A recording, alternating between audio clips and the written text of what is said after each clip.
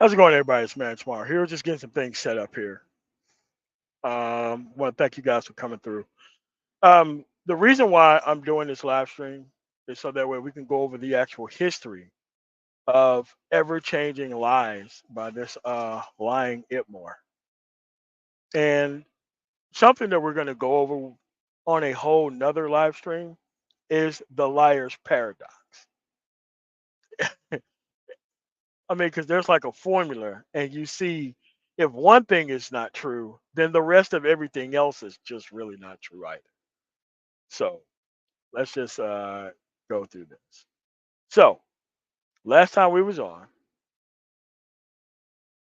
we were talking about something. So now what we're going to do is we're going to go back 2 years before, 2 years before the actual 1970 interview, because we're going over the 1970. This supposed idea that black men and black women were not talking about their relationship issues like idiots in front of the actual general public. So what we're going to do is we're going to go to 1968. And no, that is not Minister Jap. That is James Earl Jones and his wife. So the name of this actual thing is 1968, a special report. This is the actual live stream that I'm going to be playing from, fair use. And this is from 1968. This is the video that it is. So what we're going to do is he's going to talk about this actual um, idea of this gender war and this actual black men and black women and uptightness and all this kind of other stuff. Then after this, we're going to go to Dr. Thunder's case closed, where we share what the mission 2.0 was. Then we're going to actually go over and we're going to have a special guest who's going to actually do a breakdown of the current video that we're actually watching. So what we're going to do is we're going to go over this video right here. It's going to be a couple minutes. Then we're going to go over the 1970 video. Then we're going to go to case closed and watch BGS lie. And then we're going to go to a special guest to sum up the 1968 report themselves. So that way you can see the ever-changing mission of the Black Manosphere that was actually not talked about by anyone. This is something that these people actually did to exploit emotionally and financially men and women of this space for a specific purpose of leading you back into the same situation over and over and over again with no way of getting out of here. So without further ado, we're just going to listen to this Minister Jap looking guy called James Earl Jones. So let's scroll up. Fair use, everybody. Fair use.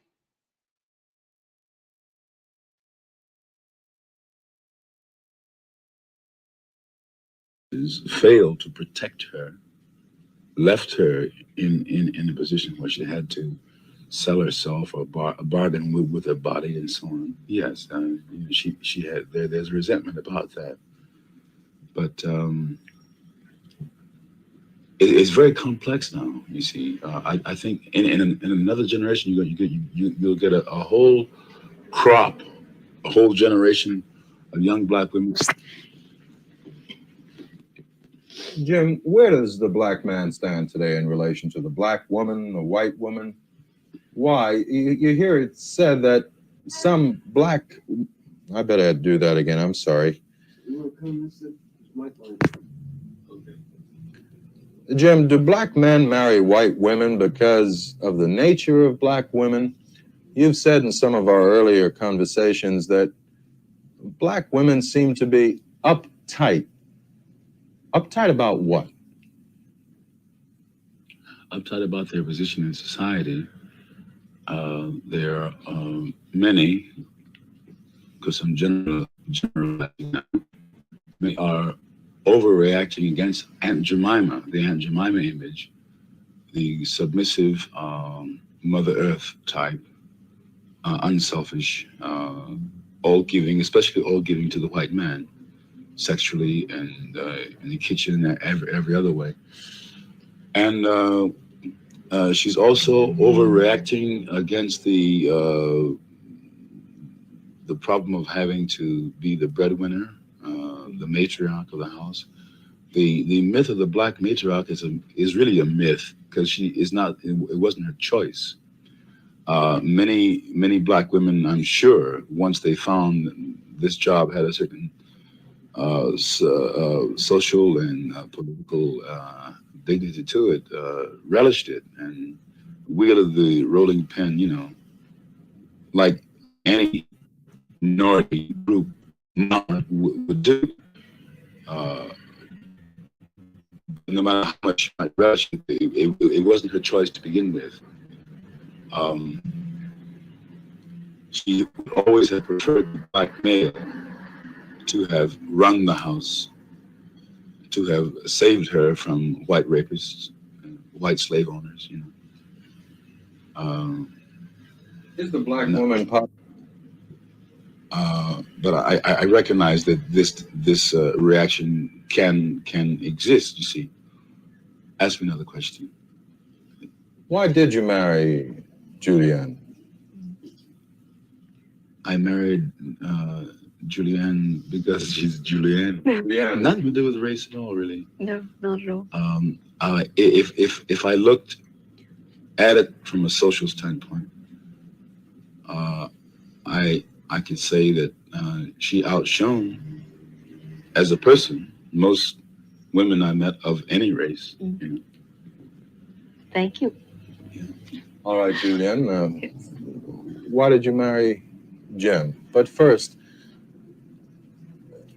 do you know what Jim means by the uptightness of black women? Oh, yes. You've been in the theater. Well, I've felt it. I've sensed it with almost every black woman that we know, whether they accept me or not. Whether there's always a tolerance, but there's always hostility behind it.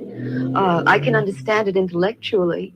Thank God I didn't have to go through the process that made it occur. I happen to think it's a good thing that they're showing hostility. I think it's the only thing they can show at the moment. And I think out of the hostility, I think that's a healthy sign. I think out of that,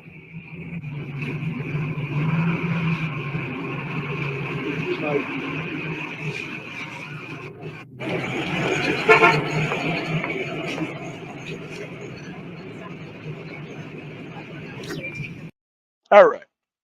Now, as you can see there,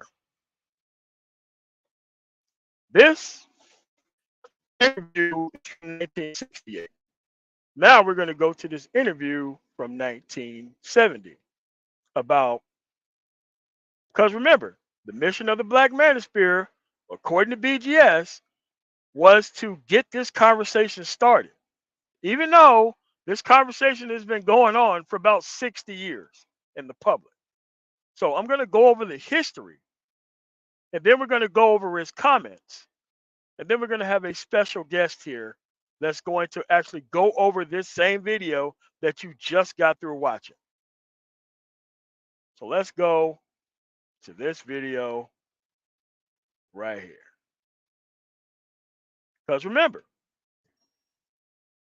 this conversation was not happening anywhere in society according to this lying Itmore. So now we're going to go back over this again. So that way you can see that this guy has to lie about everything. This is 1970. Black women and black men debate their relationships on TV. This is before Oprah Winfrey.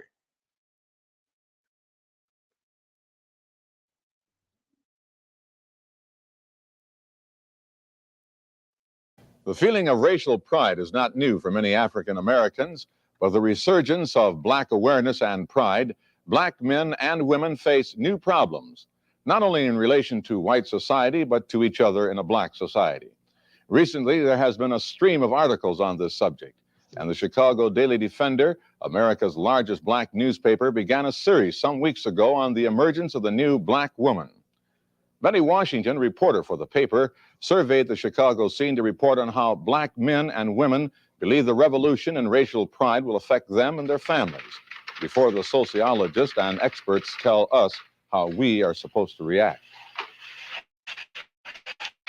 As a reporter for the Chicago Daily Defender, and Okay, before we go forward, you need to understand that being an actor was a mixtape nigga is actually the equivalent of being a mixtape nigga today.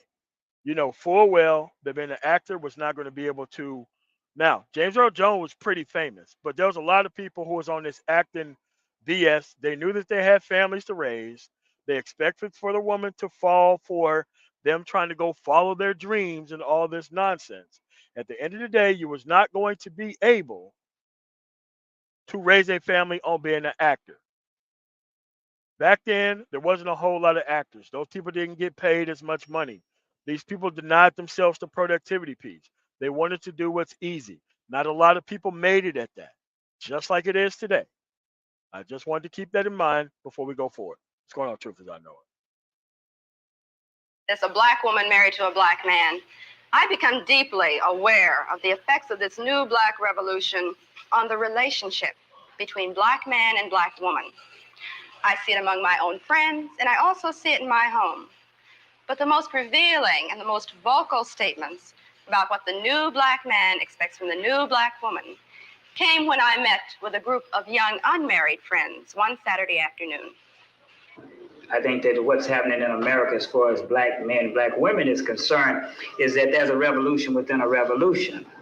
We are fighting our own woman. Our woman will not allow us to emerge as black men. No.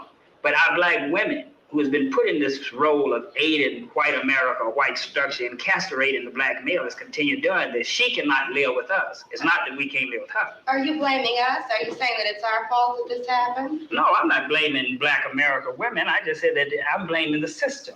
They are victims of the system like the black male. Well, why do you say that we are castrating you? You say that you want to be the leaders. Okay, well, what about the black professional woman? Are you saying that there should be? Okay, so let's stop here. This guy is saying that he's being castrated because she won't follow him and she won't stop working and just be a part of his household. That's crazy. You're supposed to work within the system of where you are, no matter where you're at. To actually think that you're supposed to raise an entire family off one income like we're in a third world country, that's nuts. You were supposed to work together with this woman.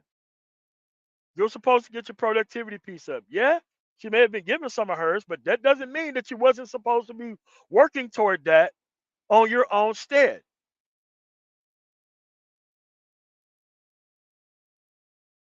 Black professional woman? Are you trying to deny black women the right to be creative, the right to function? We're not asking for you to take a back seat. We're saying that you have got to be astute enough and can view the situation well enough where you just automatically know what your role is and step back. And whenever you want to have that aggressive thing, this is the thing that the young black man today is not going to tolerate. My old man tolerated because his old man tolerated. It came up for years and years and years. But today, the young black man.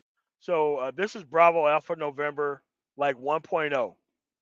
Black woman, stop working, stay your ass at home, accept my paltry wages, let's raise a family off one income, pretty much to stay barefoot and pregnant and not have a voice. Insanity. Man is not going to take it. He's going to be out there as the leader. White America has used black women to keep the black male in his place. And you're still aiding him by saying, well, we are qualified. We want to work. We can help. Okay, how are you going to reprogram men so that they don't let us take over what's supposed to be their responsibility? Okay, how do you reprogram men for just giving women all the power to produce while they sit back and not do a damn thing? And let's see how these dumbasses respond to this. Responsibility. And men that I have had dealings with, they are perfectly willing to sit back and let us do anything we want to.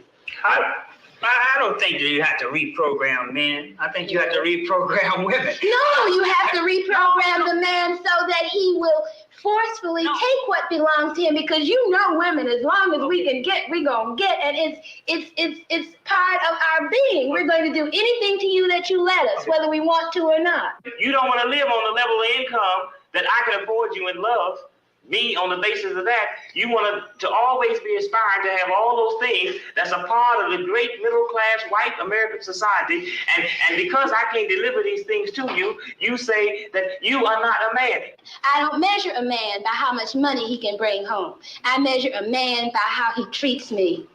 Whether when I'm tired and I'm sick and I'm scared, he's there. For these women, the men are there. But with the feeling of racial pride has come new conflicts and new problems.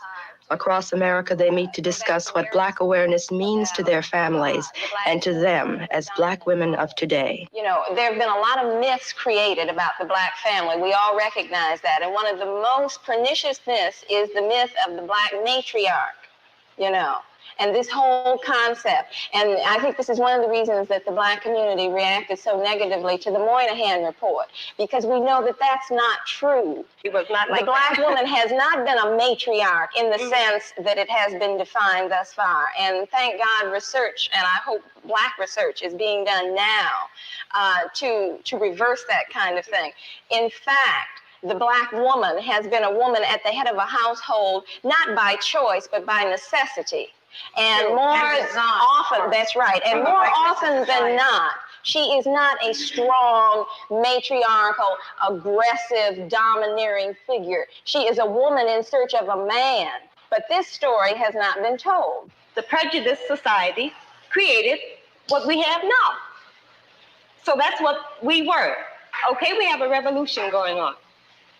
Well, what kind of the revolution? We're in an evolution. I think the revolution is yet to come. Yeah, it's to come. Well, this thing will keep say. tossing the word revolution around lightly. Everybody. Actress Val Ward performs the works of our Black poets and dramatists. For her, Black awareness is not revolutionary, but the very foundation of her marriage. Val's husband, Francis Ward, talks of the struggles of the Black family in the past and the obstacles that lie ahead. It's extremely important for Black history and culture to be transmitted from generation to generation. And the best way, the most effective way that this has always been done is through the family, acting as the primary unit of social organization. And I think one reason why it has not been done with Black people is because of the destruction done to our family life.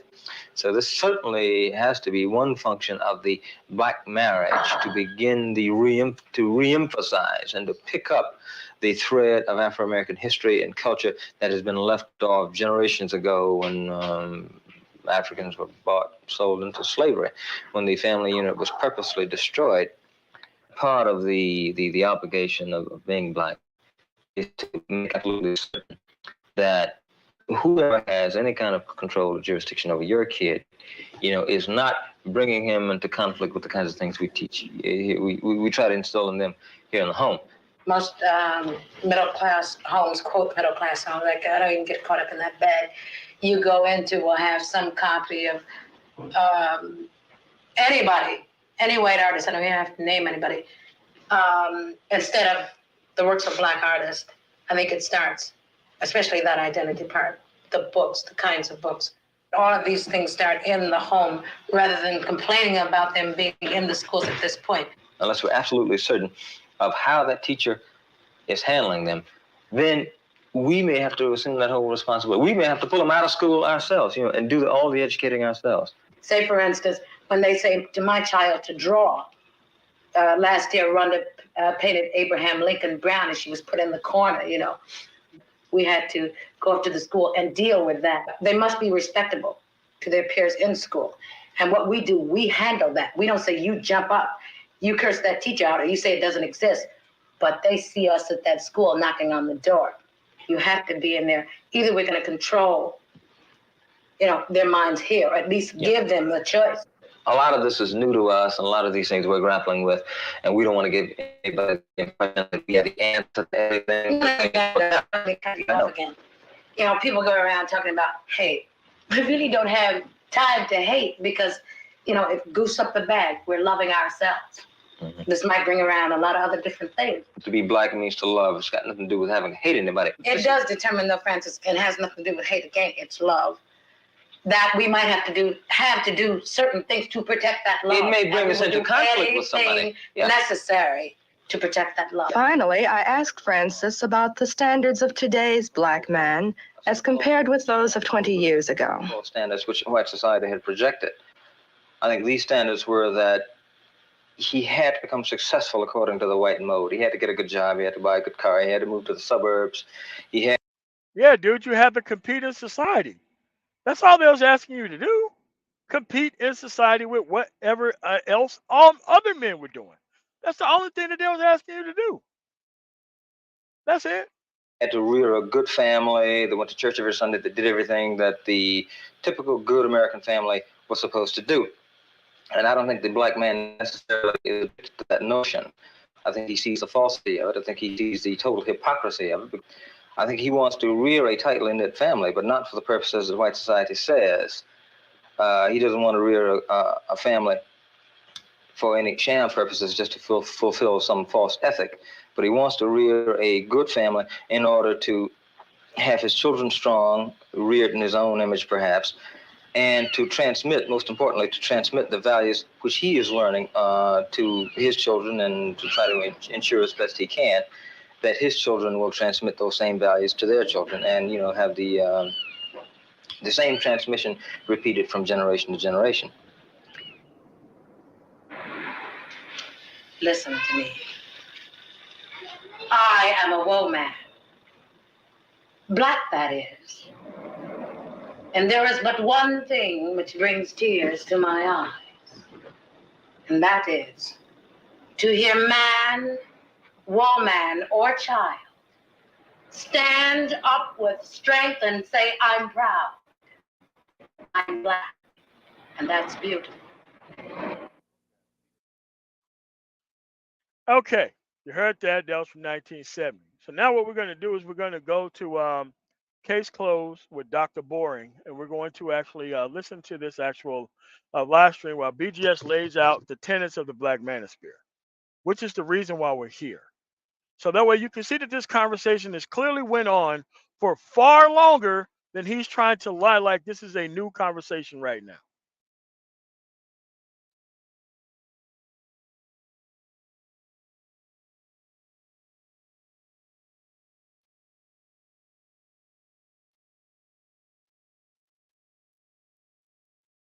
This is Dr. Boring's show. Just look up Dr. Boring and he'll come up. So let's get this party started. BGS is going to give his actual accomplishments about Manosphere 2.0. We're going to write down all three of these actual things, and then we're going to discuss them. Okay, the elevator pitch, a minute, minute and a half, I'm gonna time you, right? Just for the achievements of the Manosphere, and you can tailor it whichever way you want. You go rapid fire, or you can emphasize. But it's an elevator pitch. I'm somebody who doesn't know about this Black Manosphere, and you want to say, here's what we've achieved. Here's our pamphlet. Come join our fundraiser or whatever it may be. Shout out to you, BGS. What do you have to say to that? Well, basically it's three things, and LAR can correct me if I'm wrong because he's been here longer than I have. Okay, one is the first thing is to clap back against the negative tropes and the negative stereotypes of black men. That was number one. Okay, that's been done already. Okay, number two is raise awareness of the Black Manosphere and our plight and what black men are like, what they're going through, and give information out to black. Okay. So the first one is what I'm typing. Clap back against the negatives.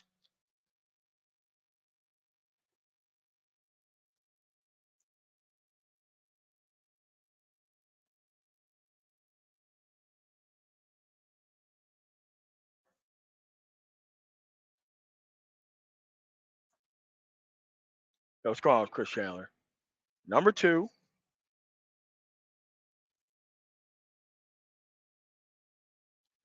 Now this is coming from the horse's mouth. Go back a little bit. Been here longer than I have. Okay. One is to the first thing is to clap back against the negative tropes and the negative stereotypes of black men. That was number one. Okay, that's been done already. Okay, number two is raise awareness of the black manosphere and our plight and what black men are like, what they're going through, and give information out to black men about their condition and how to solve things. Right, as far as the personal interpersonal relationships. Right, that's number two. And Okay, we're going to stop right here at number two. You can't raise awareness if you're not successful. You got to be a model of what to teach people if you're going to teach them anything. You don't get a bunch of people who don't even have custody of their kids or have good outcomes for their actual family to come teach other men about what to actually to aspire to. So I'm gonna call cap on this raise awareness BS, because this raise awareness has turned into just pretty much gaslighting men over and over and over again with the same conversation with no expectation of getting out of the rut that they are putting these people in. He know full well that this raising awareness nonsense is just that, nonsense.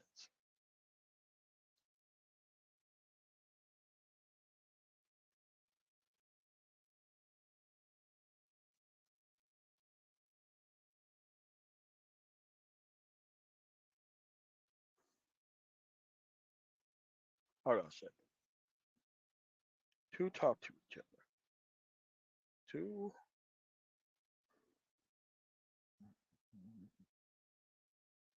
And the third one, which is a shout out to Obsidian, is to start a dialogue between black men and black women. So one, two, three. Okay. With one, two, and three, we just looked at two videos about black men and black women dialoguing about their issues 60 years ago. 60. 60 years ago, they were talking about this. Actually, it's 63 years for the 1968 video.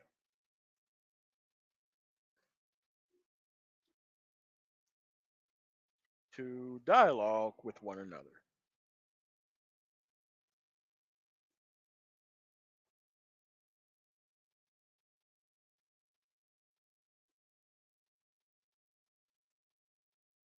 All right.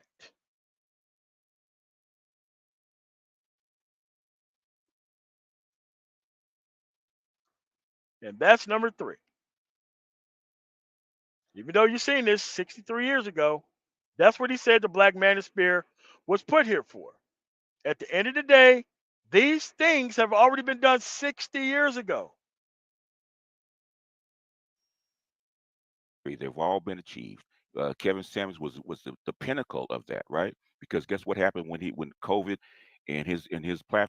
Okay, that would make it so that all of us within the Black Manosphere was working for Kevin Samuels. That's what that would look like, right? Because if Kevin Samuels' whole shtick was talking to broken women, right? And trying to dust them off for thirsty ass men who are quote unquote high value, that would mean that we were all working for this particular goal that nobody else knew about.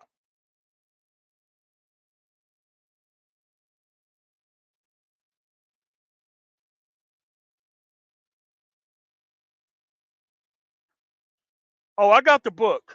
I've already read it. We're gonna do a review of this book on Black Friday. Yeah, he's a bullshit artist. Yeah, he's a bullshit artist. But we're gonna keep going with this. Platform, right? You have women by the thousands come through, right? That started dialogue about what black men actually. No, they didn't.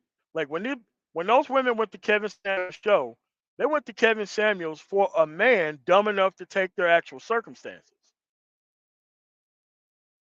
That's where they went to him. They went to him to find a man who's stupid enough.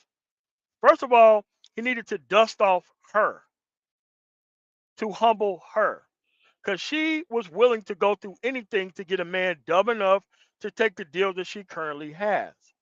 That's what he was doing. He was organizing car crashes between two groups of people.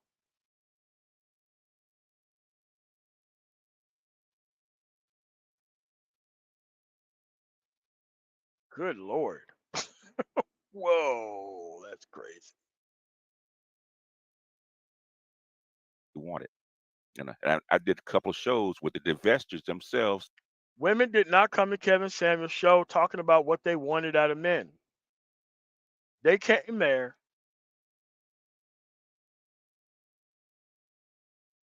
with the idea that they wanted another man who is going to put up with all the other stuff that they already have given, which is crazy. Yeah, they wanted a cleanup guy. So they went into some effeminate sounding person to get that. That's not difficult. Saying that what we have tried doesn't work, and maybe we should, instead of trying to give black men our behinds to kiss and give them the scraps, maybe we should actually find out what they want. That's not what Kevin Samuel's show was about. Kevin Samuel's show was about organizing car crashes between two groups of people that did not belong together. Period. That's what his show was about. Because our strategy about dissing them and shaming them doesn't work. So we've achieved all three goals. Now, people always try to move the goalposts and make it something that's not. But the thing is, Okay, so who knew? Who knew at this point that this is what the goal of the Black Manosphere was? Who knew this? That this was the goal of the Black Manosphere was to do these three things.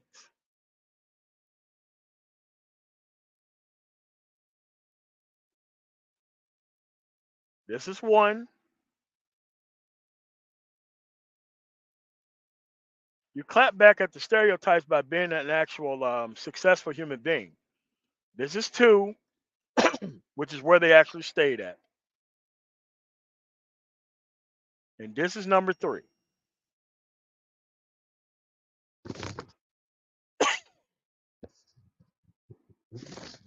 Who knew that this was the actual mission of the Black Manosphere? Because they definitely didn't tell nobody that that was the case. But this is what I mean by making it up as you go along. All this awareness did nothing but gaslight men and market it toward the wrong men to come through here. It's crazy. like LAR says, y'all wasn't there when the battle plan was laid out. So how can you say what our goals are supposed to be afterwards? Does anybody recall there being a Black Manosphere battle plan to talk about those three things that he's actually talking about? I think that's not the case. 10 years hence, because those were never the goals. Okay, business, because there's always black guys doing business. There's always black guys doing productivity, but black guys programming. Okay, those channels um, were not visited. Okay, I mean, Dr. Thunder probably could. They wasn't visited is because most people didn't come here for that. But see, you can make an actual effort to not market towards those individuals and actually replace all the people in the manosphere with those actual Bravo Alpha Novembers. Like you did that on purpose. You guys went out there, marketed toward broken men, disturbed the actual balance of the actual manosphere, and then everything became about the numbers of people that you were actually not serving. Do uh, tech uh, tech reviews and make more money and have more viewers with less hassle. Okay, but that's not our. It was laid out from 2015 when I got here. If you want to disagree with that, those are the three things. Those have been achieved and actually expanded because instead of it being national and local, it's global. Okay, so now he just keep just expanding the mission of the manosphere. Now it's global. How do you know it's global when it's not even local? They're only saying this because they have a voice. Before, unsuccessful and unaccomplished men never had a voice, especially not to complain about anything. So what they did is they used all these dudes, men, in these horrific circumstances to actually give them a false product that they were never going to be able to cash in on and do this.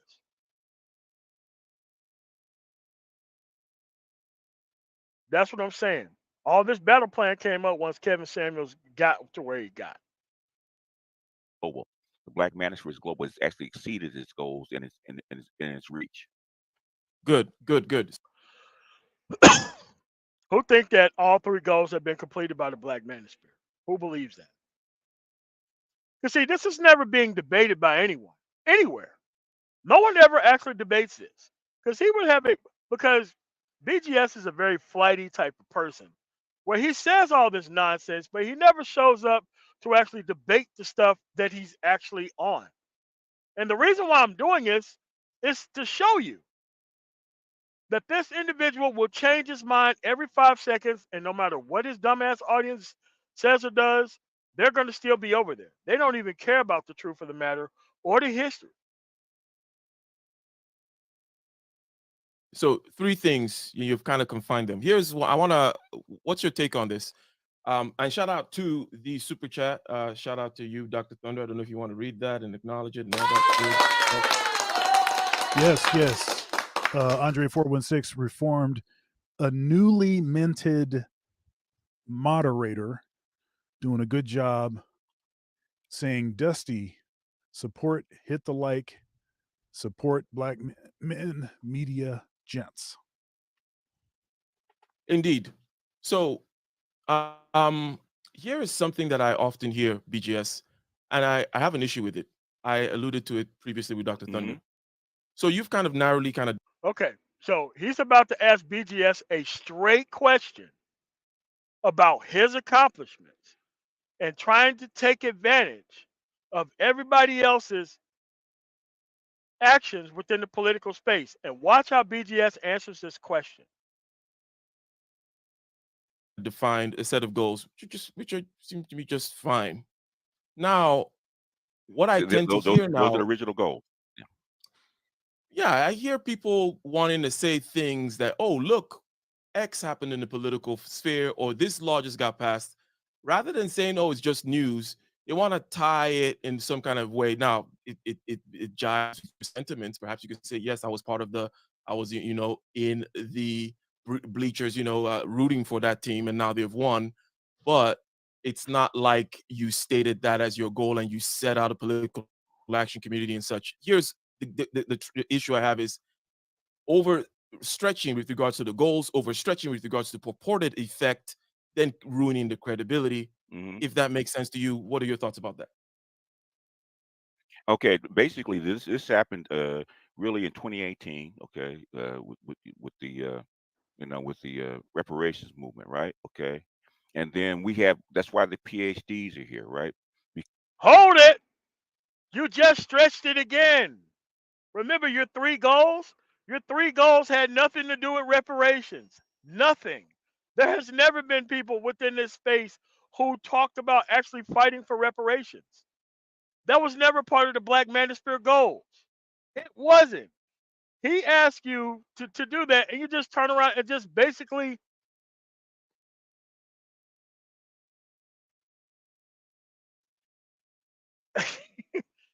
like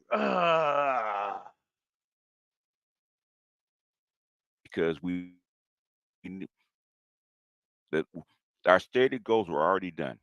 Okay, COVID kind who's our goals? Who's our? of locked everybody into to everybody listening. This was the time to actually start your political movement. So this is not the original goals of the Black man. Dude, you're not political. You live in a liberal state and you don't cover anything happening within your liberal state. You don't cover domestic politics. Why? You haven't chosen the side.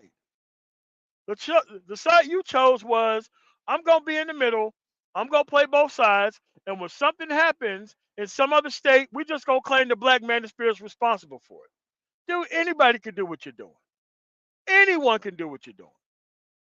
You are correct about that. Ask him a logical question. He given an emotional based answer. Sphere, right? This is the expanded goal. Once you reach your goals and check your box list, either you go away, what do? Move on to the next thing, right? This is the next thing. The political goals. If you go back and with There's no political goals. If most of these people call themselves conservative, there are no political goals. You don't have a side chosen. Nor does Dr. Thunder, nor does Tia Son Johnson, nor does Ron Neal, nor does actual Green Gorilla. Like, y'all ain't got no sides chosen. Y'all not even talking about what actually goes on within the states to which y'all are at.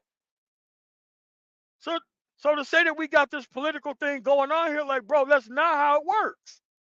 You have to say that you're actually on the ground doing these things before they happen, not try to actually take credit of these things with some post hoc rationalization. Remember, your presuppositional argument was three things. Now your post hoc rationalization is just including other things that you haven't even told anybody, let alone your goals. With the I think it was Ice Cube, the Ice Cube effect, right? And a shout out to Again, there is no Ice Cube effect. Ice Cube is not involved in politics. Ice Cube came up with a plan. He gave it to people. He didn't take it to the right people. And then Dr. Tirsan Johnson did the same thing that Ice Cube did right after he did it. Came up with a blackmail agenda, didn't didn't give it to anybody. Most of these dumbass men within the space took a hook, line, and sinker to make it look like they had some type of representation because they quote unquote got something without actually quote unquote fighting for anything. And this actual liberal plan that he has hasn't been brought to nobody. Did Tia Johnson update his 17-point agenda since they took affirmative action off the table? No, he did not. You want to know why? His whole plan is a racialized movement. And anytime you fight for something that specific and that racialized, it's not going to be able to pass muster at the Supreme Court.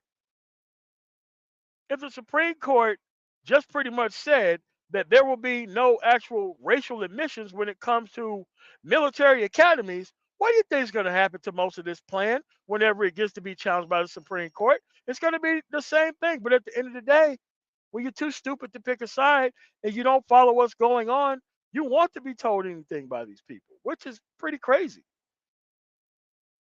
Dr. Neal. He said BMI, okay, and that he actually stated that this is the time for black men to coalesce, this movement to coalesce into uh, extending into political power.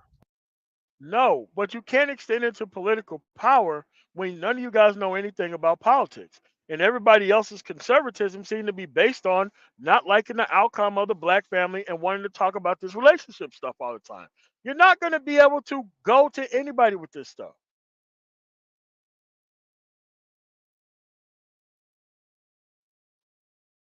Okay, okay. That was 3 years ago, 2020, right before the election of Trump, the election of Biden. Okay, he stated that we should have it actually have an effect and influence on the voting patterns in the United States, right? If you don't participate and you just say you're conservative and you don't fight for anything on the conservative side, you literally don't exist. Are the conservatives coming to you offering you anything? No. The only thing you do is act like you're not showing up and then turn around and say that the Democrats should do more for you while you don't ask the Republicans for anything. So at the same time, uh, Dr. Johnson was proposing a black male political agenda, points that black men really wanted, the need the policy and laws to be passed or to make our lives better, right? Okay, that was in 2020. Okay, Okay, what happened in 2020? Did he go through the process? Did Ice Cube go to proper people to do this? No, he didn't. He just put a plan out there and just left. Got the clout for quote unquote going to people and taking pictures, but at the end of the day, he didn't do anything with it. okay.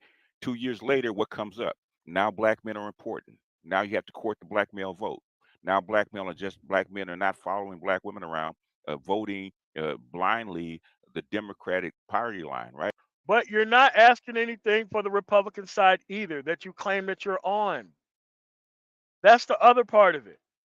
Other groups of people, they don't tolerate you being in the middle. You will discuss things, you will take your side, and that's it.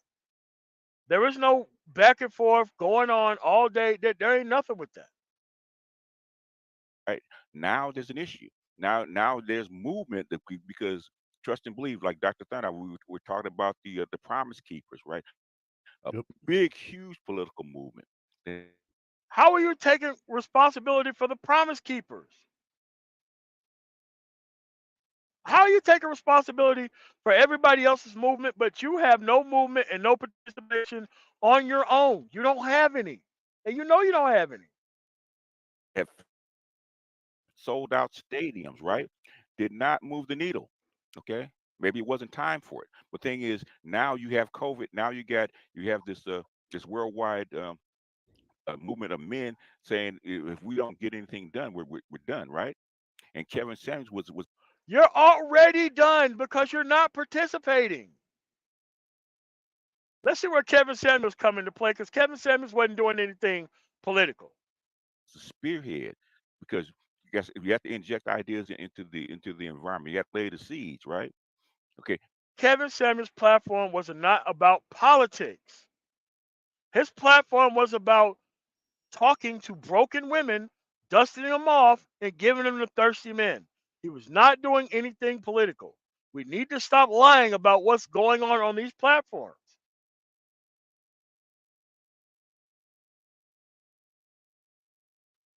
Kevin Samuels was that spearhead. Kevin Samuels is global, okay, coming from this sector, this black sector. His message is global about redoing and reforming a black male independence or No, no, no, no. His image was used to talk to women, broken women, and giving dudes an artificial level to live up to.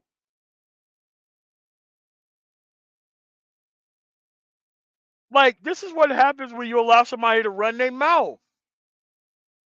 Bro, why would you lie about that? Most of these dudes know what type of show Kevin Samuels had. That dude wasn't doing nothing political. And yes, they only wanted to listen to a guy that they didn't want to fuck, which was an actual effeminate man, to get relationship advice. He played the game as friend. That's what he did. Yeah, that's what he did. The image that he had, yeah, that's what he did. He wasn't doing all these things that you're claiming that he done. He didn't do any of that. male independence, period, right? A high value male and pushing back against feminism. So now He wasn't pushing back against feminism. As soon as he got in front of Brittany Renner, he turned into a person who wanted to be co-opted by that group. When he got in front of Nicki Minaj, calling her a nine, he immediately turned around and wanted to be co-opted by that group. Now he told women that had no power at all where to stick it. When it came to women who had power, he didn't do any of that. He was buddy buddy with those women. Turned around right away, all his talking points. He did nothing against those women. Yes, he folded up. now they have to do things. Now you have laws popping up, right? According to the black male political agenda, right? Reforming alimony. Okay. Uh, uh, Reforming alimony in Florida, you cannot take credit for that. You don't live in Florida. The majority of people don't live in Florida. You have nothing to do with Florida or what passed there. The thing is that they want to actually take credit for everybody else's work that is being done politically.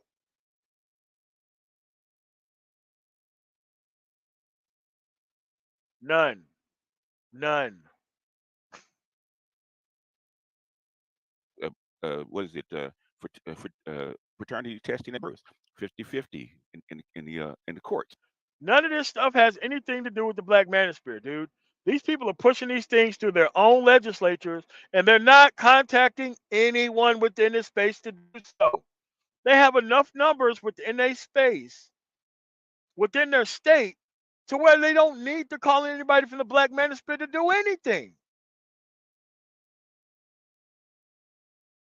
But if you leave it up to this guy, he'll just continue to keep lying and lying and lying about what the actual space has done. He asked you a simple question. And the only thing that he's done is he kept expanding the goalposts of what the space have actually done. That's what he did.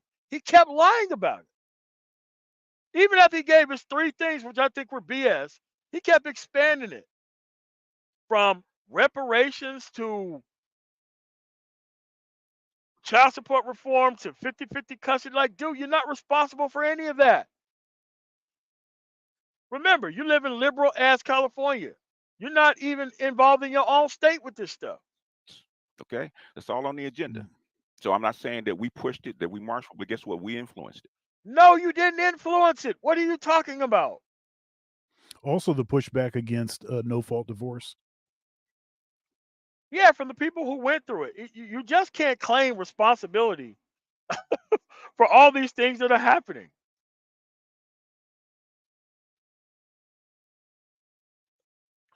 Say it again. Say it again, spiritual logic hope. That's why I say the women now run the red pill. At least they're at least trying to get these dudes to women. And so was Kevin Samuels, the wrong type of women. But at least they was trying to get you to women at the end of the day. The red pill and the black manosphere wasn't trying to get you to women. The black manosphere, as ran by Manosphere 2.0, was trying to get you to complain about women and hang out with men. It had nothing to do with you actually dealing with women.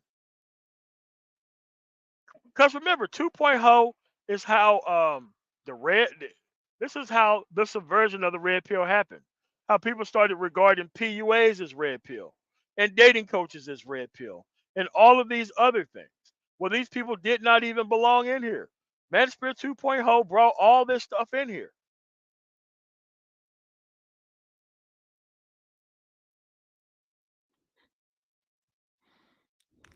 Okay. Yeah, So did you pushback against push no it? fault. Oh wait, yeah, against no fault divorce. Go ahead. I'm sorry. You're not responsible for no fault divorce. What are you talking about? Okay. So, Excuse me. so far you have mentioned certain things that dovetail with certain political movements, and right there you rightly added it's not like you pushed it, but you influenced it. You would say, and you see, and I don't Mm-hmm. mean to beat a dead Yeah. horse with that one, but I think that's one of those kinds of things that Go seems a ahead. little defensive. It's like I don't need to say I don't need to comment about things I didn't participate in, even though it may be in line with my How sentiments. Like, so? hey, yeah, I agree with that. Uh, Point. This How is more of a tactical point how regarding so? Oh, how so? it's an How so? He just explained it to you. You're not responsible for all those things, but you're taking credit for them. It's not hard what he's talking about. it's an abstraction in my head where I'm saying, hey, Mm-hmm. if somebody is asking you to say justify yourself, right? Then you simply justify yourself within the targets Mm-hmm. that you've created. If you start stretching out to saying, hey, look at all these other things happening around me, it seems unnecessary because the connection between you and those things is tenuous, it's amorphous, it's zeitgeist like, right? So what's the point? I'm getting my way anyway, so why should I have to just say that I'm part of that? Does that again? It's a style point, if that makes sense to you. No, it doesn't. Okay. How do you start? Hold on a second. He keeps taking credit for things he's not responsible for. He's getting called on it by Ike, and then he goes back to taking credit for even more things that he's not responsible for. Tell me, how does that make sense? Start a movement towards something, right? Do you start? How do you start it? Any movement towards No, no, no, anything to change the anything? people Does it who, start shall we say, by beating your local pushed politician over the head? pushed the particular goals that you pointed to, certain political goals. They, I'm sure, had a timeline with funding and certain steps that they took, right, in order to get certain bills passed, right? Now, to be on the Hmm. sideline and say, yeah, I was part of that, I find to be unnecessary. Not really. It takes social pressure to get anything moved, and we Yeah, apply social and I pressure. agree. And, I agree. hold on. Yeah, but he's talking about social pressure that you're not involved in. You're not involved in the social pressure that's doing these things. That's Ike's point. Ike's point is you're taking credit for all of these things that you're not doing. Even in your own liberal ass state of California, you're not doing anything. The only thing you're doing is taking credit for other people's work when they take sides when they go out and when they go do things.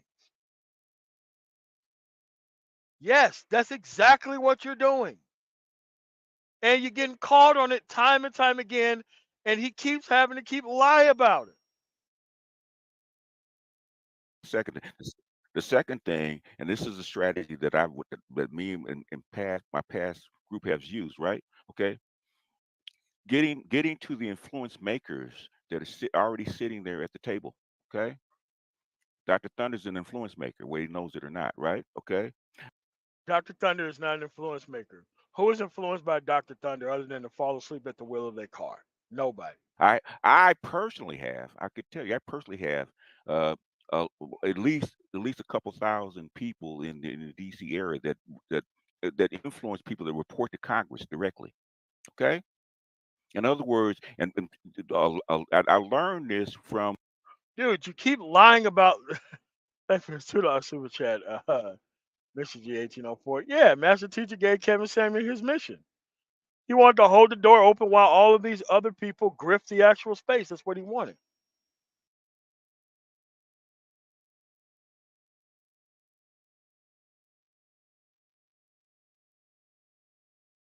That's exactly what they would see, but they would never go to the website to see that. Check the web. Thanks for the file super chat if I didn't shout you out earlier. But um, uh, what is it? The foreign affairs, right? These think tank movements. They don't have a big populace, right? They're not paying people, right? But they influence people that sit on that sit and report directly to other people. Okay, that to influence makers. Okay, so if you have a node. If you have a node like say like Dr. Thunder's is reporting to a congressman, he's sitting at a meeting, right? He might be the only one. But thing is, he can speak up and interject our ideas into that conversation. Or you can't do it from the outside. I don't care how much. correct. Dr. Thunder is an outsider in a Republican, strong Republican state. He's in the middle, which means he's not even on the left. He's in an area where he has no power, period. And he seeks to be there. He does on purpose. Money you have. Yeah. Okay. So it takes social pressure My being the thing effective and aspect, my people or your that are already sitting. Yes, and they my bad. call. In I fact, think the Club of yeah. Rome call them nodes. Okay. Now, and Dr. Thunder, jump in here because I had alluded to this, and here we are. The style point that I'm making regarding you're in the sideline, you can be a fellow traveler. You can say, yes, I agree with that. But to say you're a part of, um, to my ear, takes away from your credibility because it's like, no, those guys did that thing. Why don't you just stick with your defined goals as opposed to bandwagoning to put it in stark terms? What do you say to that, Dr. Thunder? Uh, okay, so rephrase. I want to make sure that I'm understanding you. So there's certain political things that happen, right? So each person, when I've been asked let's say BGS talked about the Okay, this is over. All right, we don't need to go over this. So what you have to understand is these people are going to keep going through this. They're going to keep going through this. They're going to keep lying about their actual um, stuff. Okay, so what we're going to do is we're going to go back to this 1968 conversation with James Earl Jones. We're going to go back to it. And we're going to have our special guest, our extra special guest, doing this. This video is from BGS for Women. That's right. We're going to do this show, James Earl Jones, 1968. The first video that we watched, BGS actually knew about this video And he actually did a review of the video from 1968. So now this guy knows that he's trying to get you to actually engage in this relationship-based conversation that he knows has been going on for at least 65 years at this point. So let's listen to BGS Griffmore from his BGS for Women's channel talk about the James Earl Jones thing. And this is going to be the last thing before I drop the link.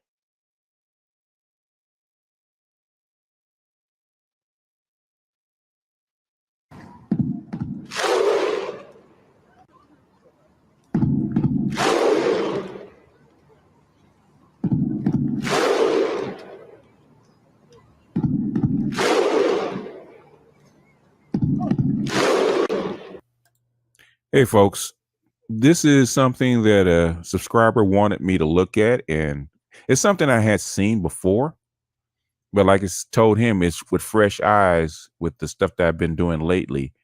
See, he's seen it before. He's seen this 1968 video, the very first video that we played. He's seen it before already. Yeah, he's seen it before already. Naked D and Little, thank you for the $2 super chat. LOL, bump these dudes. I want to live forever. Like, yeah.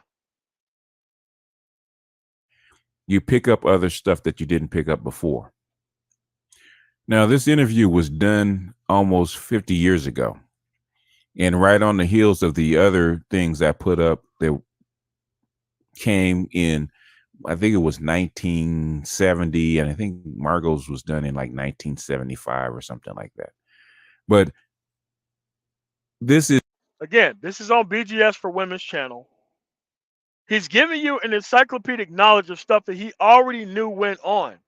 But remember what his actual 3 points of the Black Manosphere was, according to him, was simple: to snap back at the people who was actually messing up our reputation.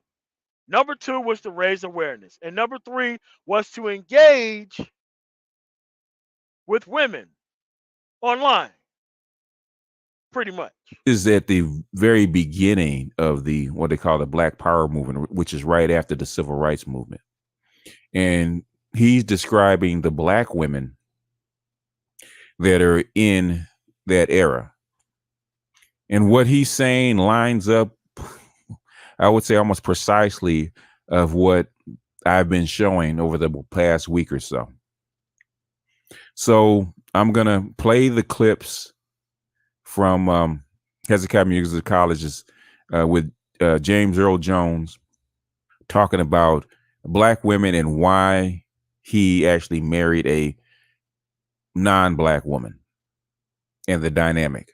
So I'm going to show this and I'll be back on the other side.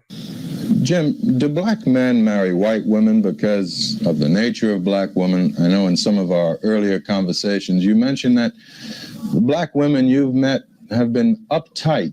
What do you mean by that? Well, I'll answer the one question. What do I mean by uptight? Going toward a more militant attitude about their own identity. And in many ways are way ahead of the Black man, because I don't know why, but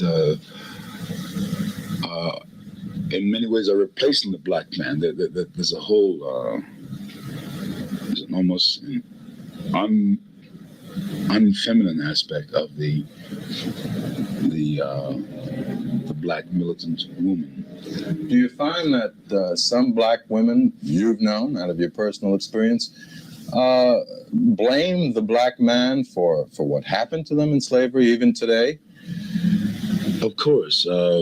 You know, if the Black man, regardless of the causes, failed to protect her, left her in a position where she had to sell herself or bargain with her body and so on. Yes, you know, she had there's resentment about that, but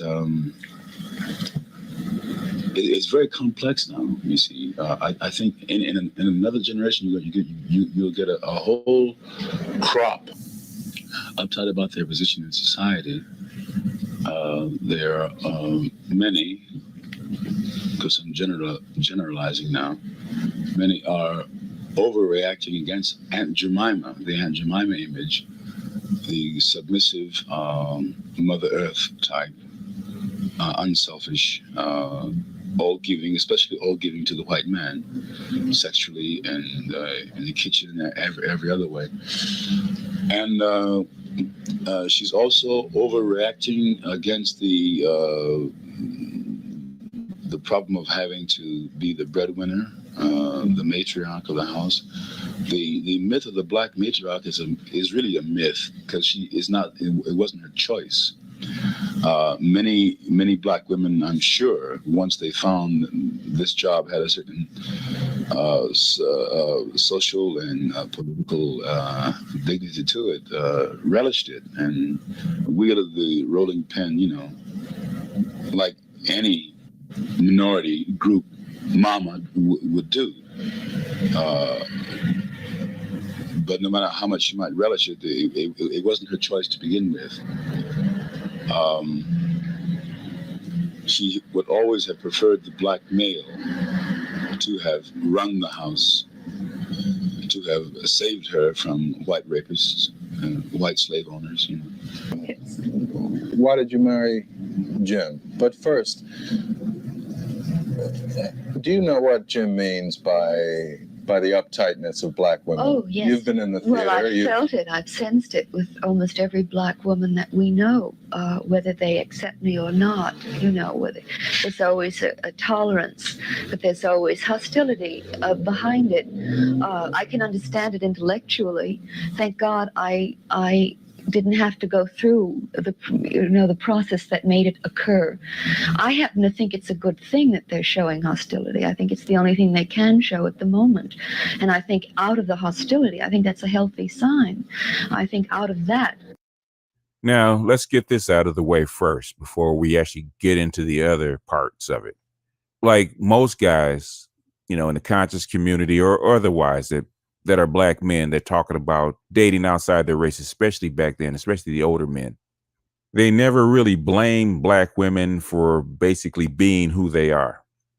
Black men understand the conditions that was around that created this modern version of the aggressive masculine black women.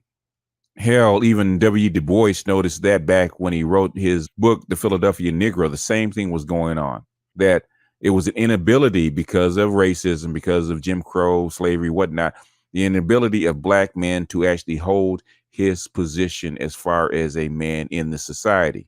There are black men that still carry guilt about that. I mean, they really do. So for the most part, black men don't blame black women as far as that is concerned. It is what it is. But hell, there's nothing you can do about it. When you're a conquered people and you were a conquered people, you were enslaved. It is what it is. Same thing with the American Indians and the Chinese back in the 40s and 50s and all that kind of stuff. It is what it is. But what he says is that because they were put in that position, they began to relish being in that position. They began to put their self-esteem behind being in that position.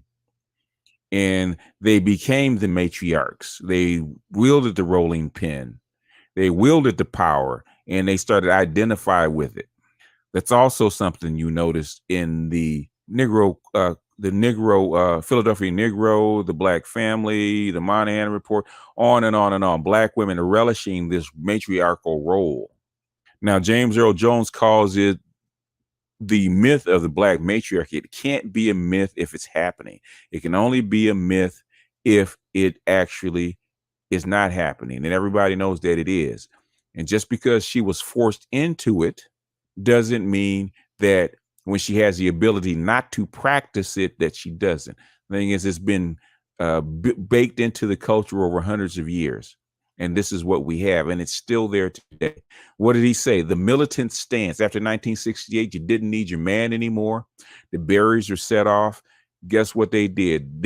Just like he said, they came in to replace the black man, not to be part of the family, not to work behind him, not to work with him, but to replace him. You still see that attitude today. when I showed the clips from the myth of the white woman, that even goes all the way back, even before 1968. Look at Sojourner Truth. She was saying how much better she was than the black man back then. She never said that she was better than the white man or better than the white woman for that matter, because that is the gold standard that the black woman aspires to. The thing is, they won't admit it. They won't admit it. Just like he said, the low-key disrespect, the low-key contempt that black women have does come from slavery, does come from that experience. The thing is that black women will not admit it. They say that they love the black man, they care for the black man, they are behind the black man, and they don't have contempt for the black man, and everybody sees it. They know it's there. The thing is, they can't bring themselves to actually admit that it's going on. They can't bring themselves to admit that there's a matriarchy, even though everybody knows that it's going on. It's been written about so much ad nauseum.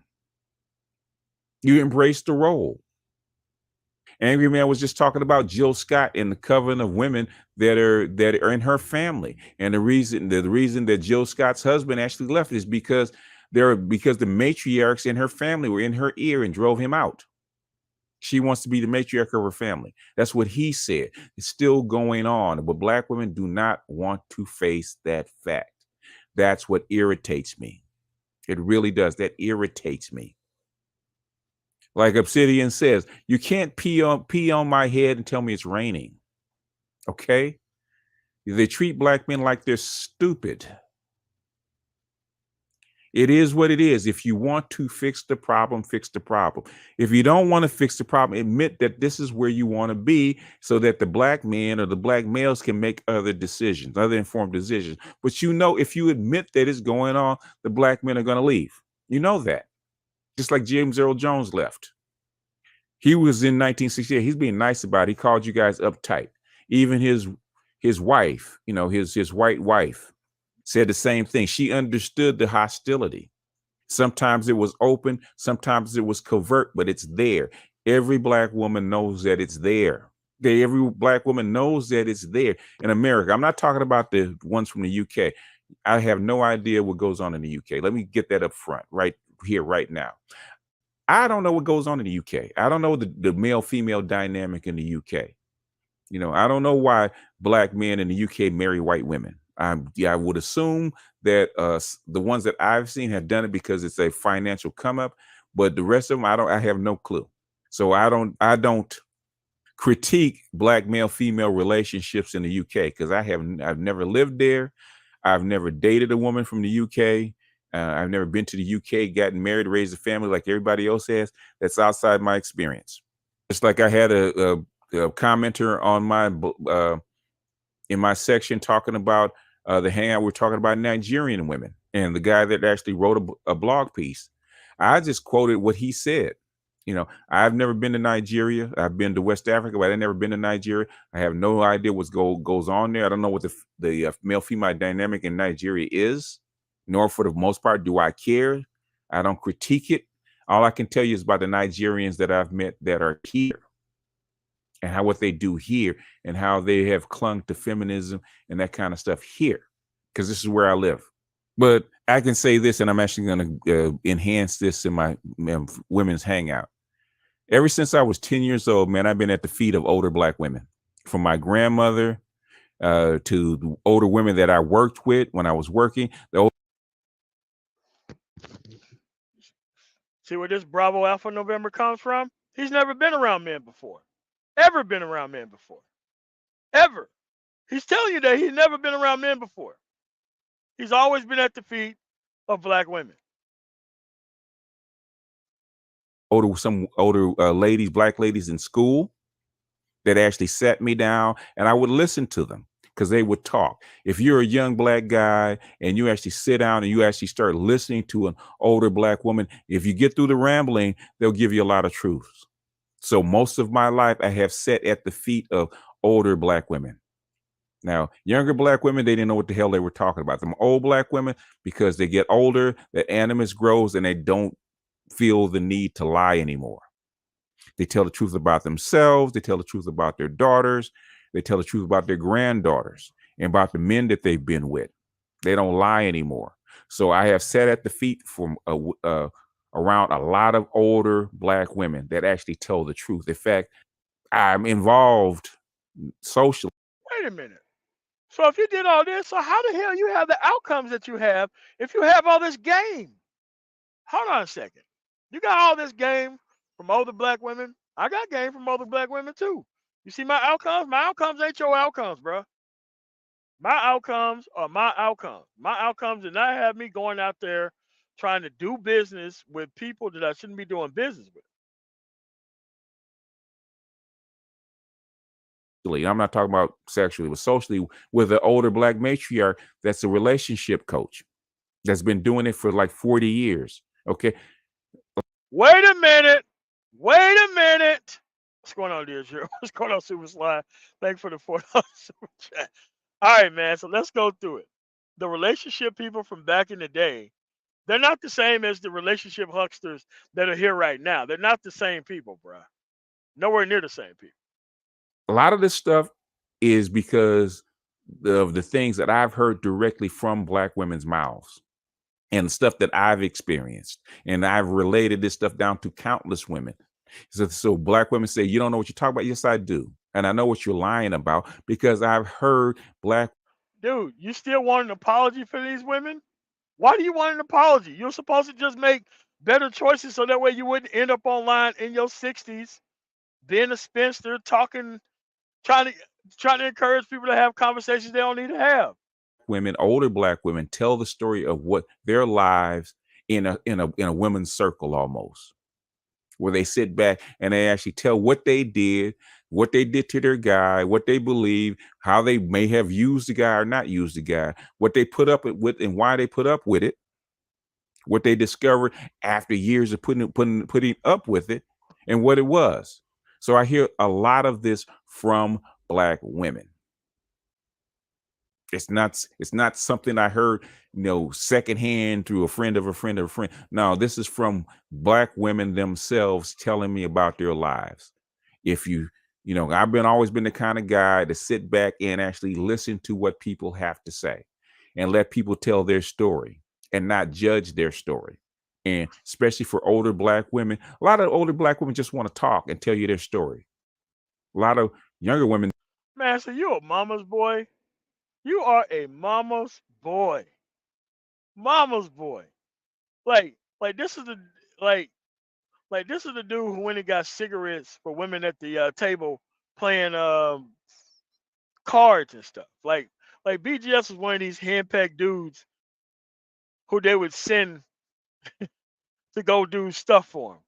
Anything to be around women. Anything to be around women. Just like these Bravo Alpha Novembers you have today. Hey, he said he was at the feet of women. He didn't have no masculine influences in his life. No. He never talked about them. He don't talk about them now. BGS for grandmamas.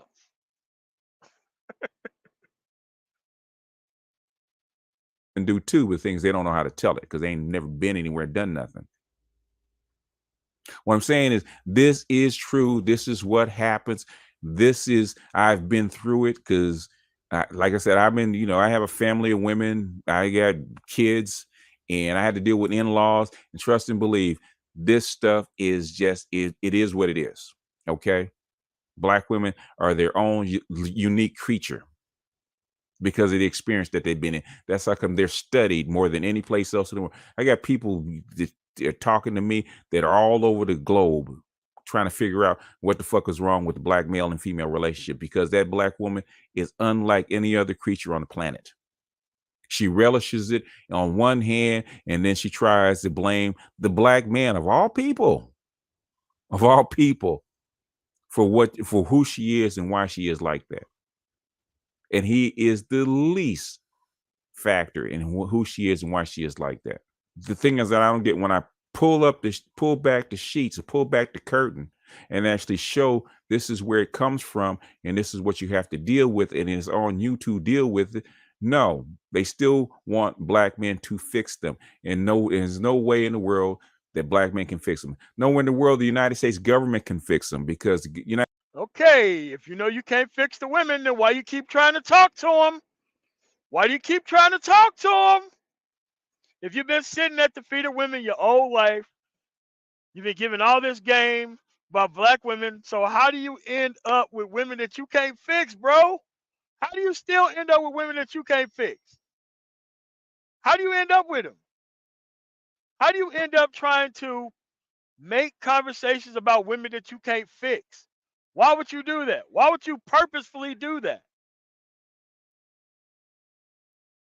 United States government is spending trillions of dollars trying to fix the black woman and can't. The only people that can fix the black woman is her. And she relishes her. Remember, this is 5 years ago. He knows that he can't fix these women, right? He admitted this. This is 5 years ago. He admitted this. But he looked up to Kevin Samuels to fix these women for him, to keep this grift going a little bit longer. Role, which is something that she does not want to admit, because I would suspect she doesn't want to take responsibility.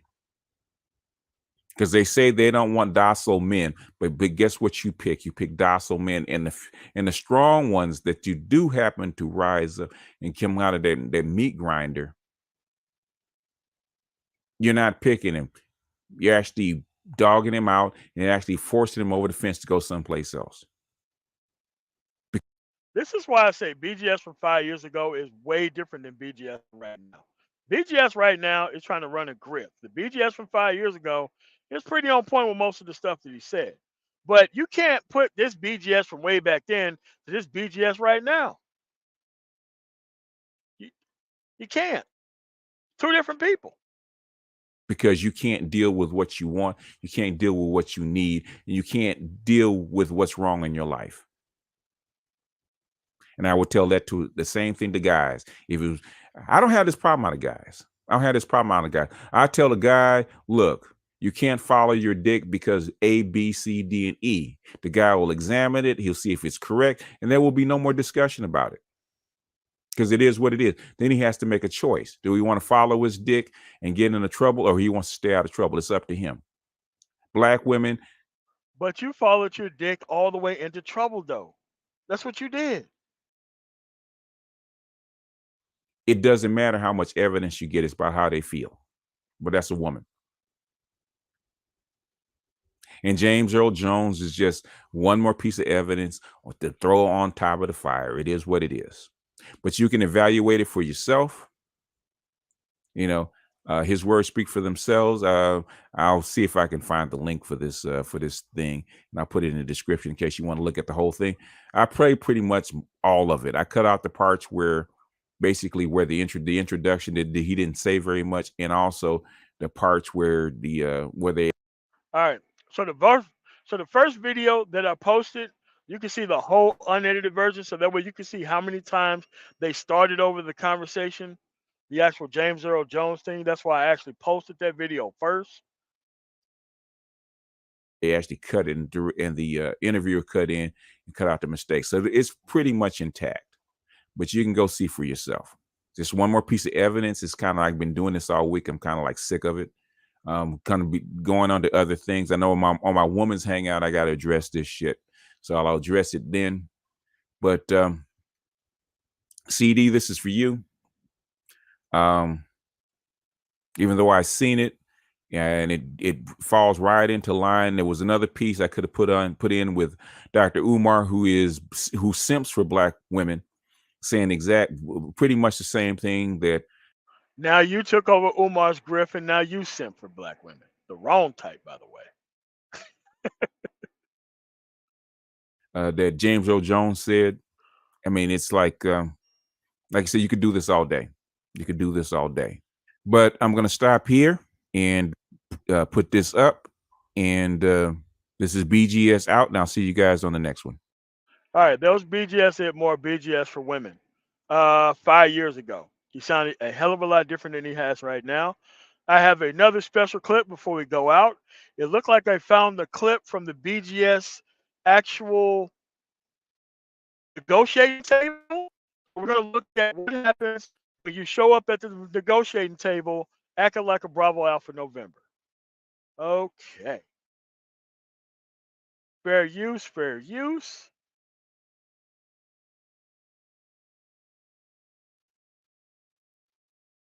This is what happens when you show up to the negotiating table talking crazy to the women who are actually there. Ready? Monster girl. Oh, look at her. She's adorable. But isn't there like an age requirement for this ride? Am I wrong? This seems weird, right? Rex. I don't know. You're here. Isn't there a dick size requirement? I'm sorry. For what? Your tiny dick? I mean, the way you've been strutting around here, you must be compensating for something. Somebody ought to teach you some motherfucking what's up. Guess you missed my tryout.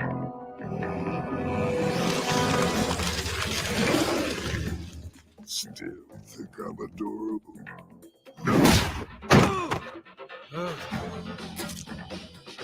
You little bitch.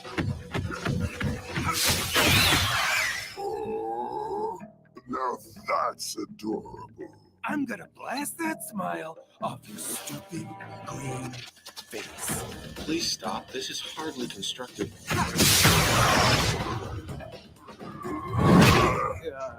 Is this okay? He asked for it.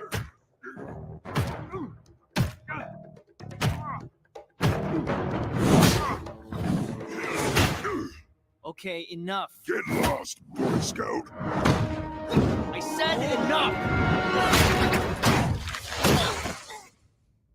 Invincible hit that little girl. Oh, shit. Look, I'm so sorry.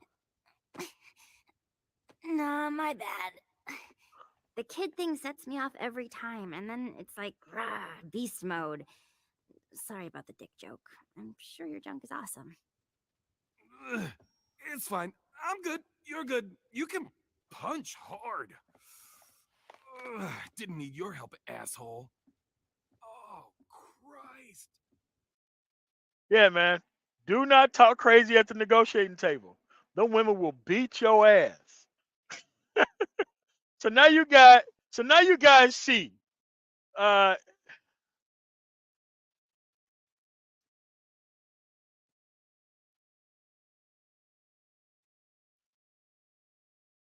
all right. So here's the thing, man. At the end of the day, this guy is playing you for a fool. This 60-year-old spinster is here to play you for a fool. He knows the answer to this.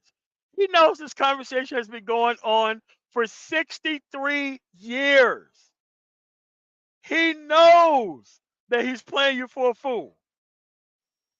He knows it. But in order for him to have a platform, he has to escort you into impending doom. So that way he can be able to have a fake position that he does not deserve. That's right. He's willing to throw anyone in here. He's willing to go behind PhDs and anyone else who can legitimize his point of view. Remember, the 2-point Heaux mission was to clap back at women for clapping back at us for 30 years. 2, to raise awareness, which means gaslight the actual men that they wasn't trying to help. And the third thing was to get black men and black women together to talk. Now, none of these individuals can have an actual place where they can talk to women online. They don't have that. You know who do have that?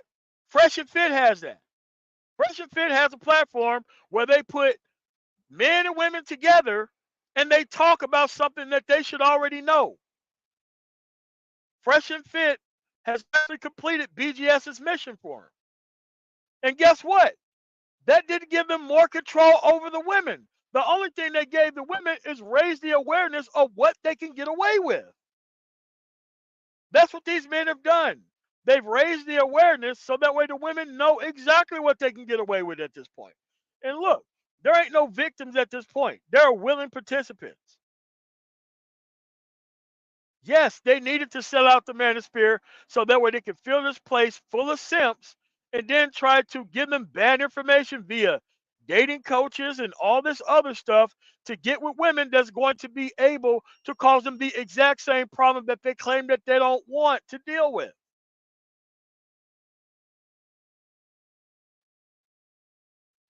I'm sorry. There are no victims in this scenario. For the people who are still over there, you are so dumb. This guy is playing you for such a fool. He's playing you for such a damn fool. But you want to blame actual decent men for not being more entertaining to pull you away from where you want to end up at anyway? Are you crazy? Why on earth would we make our stuff more entertaining so you switch hitting ass dudes can come over here and mess our stuff up? They deliberately destroyed the black manosphere by marketing specifically towards simps. And they knew these broken men outweighed other men by a long shot. By a long shot. Remember, you think this guy cares about male agency movements like SYSBM and Passport Bros? Of course not. Because if you got to a better woman than he's actually able to actually get, that goes against his actual mission statement. Because within that mission statement, with all three of those things, male agency is not a part of that at all. Because keeping you tied up with the wrong type of women is the reason why these men are here. And this is why if you had a strong father figure and grandfather figure like me, you'll be able to see BS artists like this coming a mile away.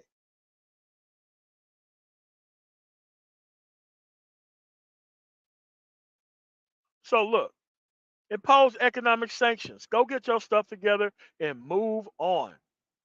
That's what it is. Gaslight go round. That's exactly what it is. Yep, griffing off these sucker ass dudes.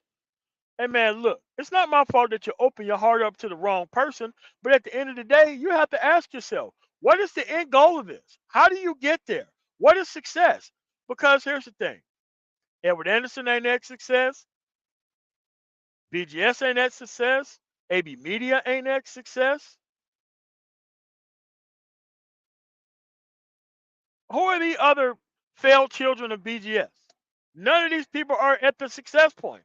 But they want to tell you that they want to raise awareness. How do you raise awareness when you're not even at the point to where you're trying to lead people to? How are you raising awareness at that point?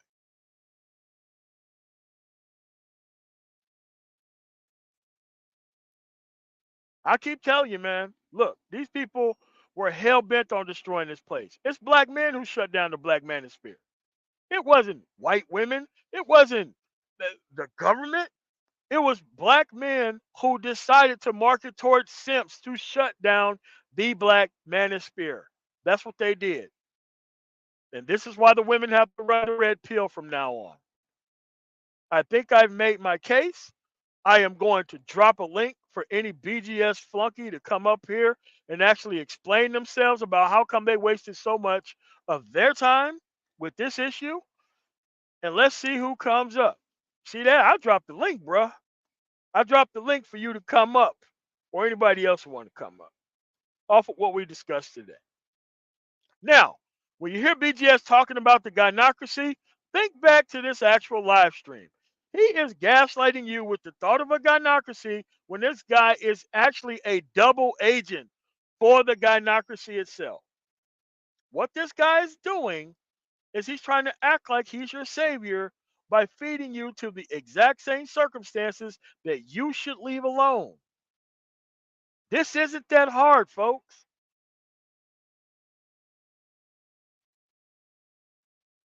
That's what I'm saying.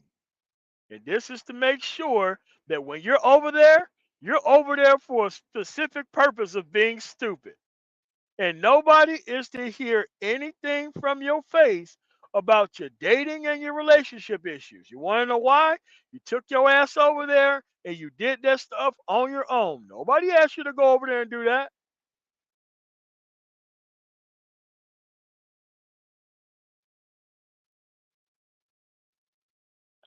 I guess you're missing the point. My point is, with his three goals and coughing, kissing Kevin Samuels' ass, he never wanted you to get to other women other than the women within this actual space that didn't want to actually be there.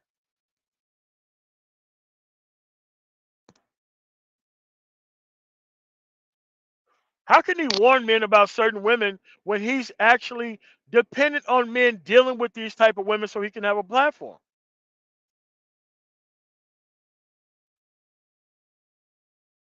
You ever see the founders of SYSBM or Passport Bros? You think he's ever done an interview with any of those people? Why do you think he's never did any of that with any of those people? Because he truly don't believe in their movement. That's why he only promoted Austin Holloman, because Austin Holloman was trolling these women. That's the only reason why he was promoting Austin Holloman. It's because Austin Holloman had no interest in actually even dealing with those women at this point. Now he went to Africa. Now he's on some different stuff. But at the end of the day, at the time, that's the only dude he promoted. And this is why when you see traveling brothers over there with BGS Hitmore, dude, they ain't nothing but traveling fuck niggas. That's all. Traveling fuck niggas. They cannot let go of this black male image that is associated with this street bullshit. And that's where they go to get their shit off or act like they're down with some type of movement that they're not even a part of. Apparently. GBI. That's what it is, folks. Have successfully put your Itmore in a nice oven, and now he's done. Take your ass over there at your own peril. Remember, he's not at the woman either. He's not at the woman. So where is he leading you to if he's not there?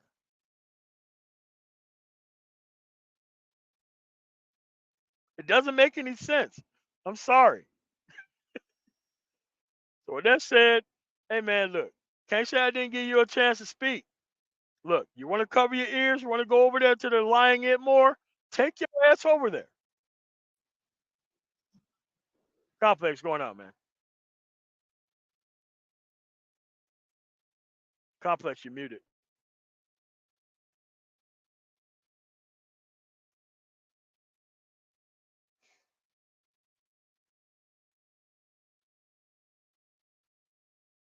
Complex, just unmute when you're ready. Oh, there you go. Yeah, Hey, there what's you go. up? What's up, dude? Yeah, man. So we should be successfully done with this Itmore at this point. Well, wait a minute. Went over the I was history. coming up here to be your opposition, dog. Oh, okay, go ahead. Go ahead. Yeah, let me be your opposition for like a couple minutes. Like, come on, we got to entertain the people, right? People need to be Yeah. entertained, Yeah. right? Yeah, we don't want to be boring, right? Yeah, yeah. I mean, we need neon signs so that way we can get these blind ass individuals to come Okay. see reason. Man, get out Wait, of here. hey, hold on. Let me get into character real quick. Whoosah. Okay. MOT. I don't know why you think the productivity piece is going to really be a thing because we're not going to be able to really focus on that until we get this gender war situation squared away. What say you? Man, let me tell you, man, the gender war is their own problem. You just seen actual James Earl Jones, who looked like Minister Jap, say this stuff has been going on since probably slavery. And at the end of the day, men should have stepped off and found more women that they could deal with a long time ago. So actually attaching yourself to non-viable women, that is your fault. There ain't nobody else's fault but your own. Do you think though that this is kind of what happens when you sit at the feet of women all the damn time? Yes. Like Okay, I listen, thought I man. was off. No, listen, Okay. man. You roll around the world in bitch vision. You totally got the vision of a bitch. Like that's what it is. I'm sorry. And how do you sit at the feet of people who have better solutions for answers, but you took your ass with all that information and turn around and got with the wrong woman? Wait. Why did What? he sit at their feet though? Yeah, No, I mean, but you I had mean, them son you husbands could have too. like, okay, you talk on you this table. You could have sat at the table at that time, and it would have made a little more sense. But you want to get to the table when you've been sitting at their feet this whole time. No, I mean, but he's a peg, so he probably had like like a collar Ooh. on, like a nice little chain going, you know. Yeah, yeah, you said henpeck, man. Like Yeah, that's what my yeah, that's what dad it used was. to. My dad used to say that shit back then. Oh, henpeck, nigga. Yeah, super sellout. Oh Like, shit. and, and and what gets me is that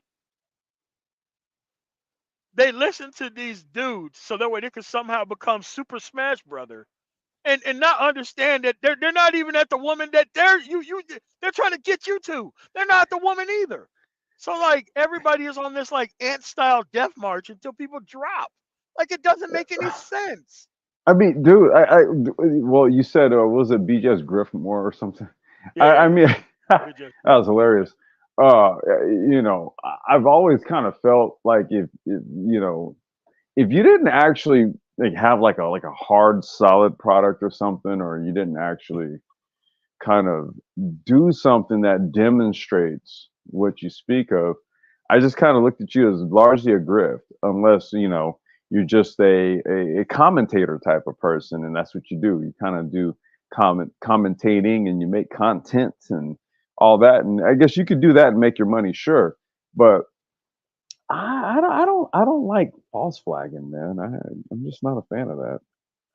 it's just crazy to waste people's time though, like on purpose. Like I mean, I asked him some specific questions. Why are you taking responsibility for things that you're not responsible for? And you know what he did? Start adding more things to the list that he's taking responsibility for. Right Well, after I he was mean, told 4 times that that's what he was doing, and he kept adding things to the list. well, It was I mean, crazy.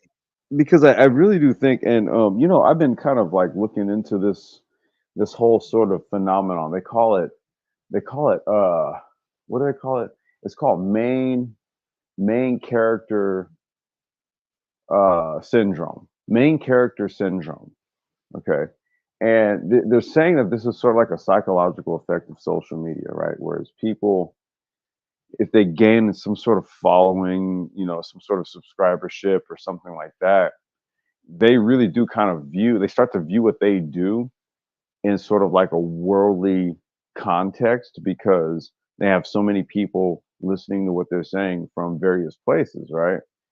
And so it's sort of like this subtle kind of psychological affectation that is the result of heavy social media usage and shit, right? Main person or main character syndrome, right? Where you really think all this shit centers around you. Yes, but you have to understand that they know that most of these people are blind in these situations. And then once they come to a space like this, when they get access to new information, they just give them more information to go back in there and get it destroyed. They know that they're here as a bulwark to send men back into this actual situation with new things that they don't need to be engaging in, right? Like this is what it is. They're here Well, to I don't send know. these I don't dudes on know. infinite send off missions. Does he know that? Because He he's doesn't never care actually. about that. Well, I He was gonna doesn't say. care. I was gonna say he's never practiced it himself, right? So Yeah, that's what I'm saying. yeah. Does he actually even know that? You know. No, I mean, but what he's doing is he's failing vicariously through these other people. Rather than living vicariously through these other people, he's failing vicariously through these other people. And he knows how this thing works from beginning to end. But he sends them in there anyway. He doesn't give Is a this damn. is this one of those situations where failure equals success? Yes, yes. It's like shorting the stock market, right? Like Yeah, you yeah, bet on yeah. failure to get a win, right? Yeah, yeah, yeah. Well, God it is. damn. Oh shit. I mean, bro, like they're gynocratic double agents. They're actually the gynocracy bringing it back to life. I mean, Like the these mere are the dudes. fact that you talk about it, Yes, all day. you market it. Yes, they market the gynocracy as a product. God damn. Yes. Bro, like, look, if you talk about some all goddamn day, I'm gonna look at you like you're a subject matter expert in it, and Yes. that people need to go to you for all things fill in the blank, right? That's how I take it. So like, look. If any of you guys that are listening decided to come to me and ask me questions about like electric scooters or electric e-bikes or some shit or e-bikes, right? I wouldn't be offended. I Yeah, talk you about would. the shit all the Yeah, you fucking would. time. Yeah, you would. I Because guess would. what? Really? You gotta Why? you gotta talk Why? feminism before you get to that e-bike. Uh I don't know oh. who Uh you think oh. you Uh are. oh. Wait. Yeah, Shit. yeah, You yeah. know, you just put me in I my don't know who you place. think you are. Let me shut up. Damn. Let me shut up. I forgot. I got too little, too big for my britches, didn't I? That's right. And if feminism, if you want to defeat that, then you got to defeat white supremacy in order to do something else outside that. Not there. Okay. Well, you know what? You know what, MOT? What the hell was I thinking, bro? Yeah. You're right, bro. I'm Yeah, man. You sorry. should just be a failure, man. You know. You know what? I'm gonna sleep on that, man. We're Hey, gonna man. see. Why even try? Thanks, BGS. Man, look. Let me show Bro, you what happens when you have like a guy who is so ignorant as hell, and this is your brain on it more. This is all I can say because now these people think that this is your actually, brain. This is your brain yeah, on it. yeah. I mean, it's your brain on Emma. It's your Oh, brain on oh Emma. shit. Yeah, man. Oh. And it's like it's crazy because these people were literally nothing before coming on here, and then now that they have access to actually be here,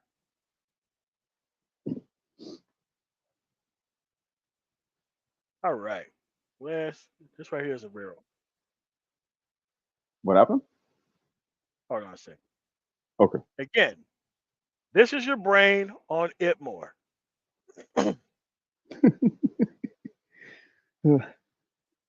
This is AB Media. Oh goddamn. Hmm. Any questions? Remember the commercial from back in the day? Yeah, yeah, yeah, yeah, Any questions? yeah, man. So let's blow this up, man. Let's put this on the jumbotron. Will beat you up for no reason for just talking to them. They say that to us all the time. It's coming from the woman who scammed $50,000 out of black woman's pockets, claiming she got hit with a brick.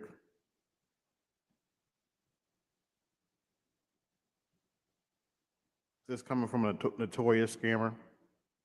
Really raw. Really raw. Now let me tell you something. This is what's Y'all getting gonna it learn one day. done. This right here is what's getting it done for politics. You know, just Everything. the message is getting out. You know what I'm This is your saying? Like, brain you on know, it more, a man. lot of politicians are looking at these shorts and they're saying, Yeah, I think some legislative changes are in order. yeah. Right? I'm You know, just saying. because they're watching shorts like this and And 8 hour live streams, right? all right. So let me bring up another thing.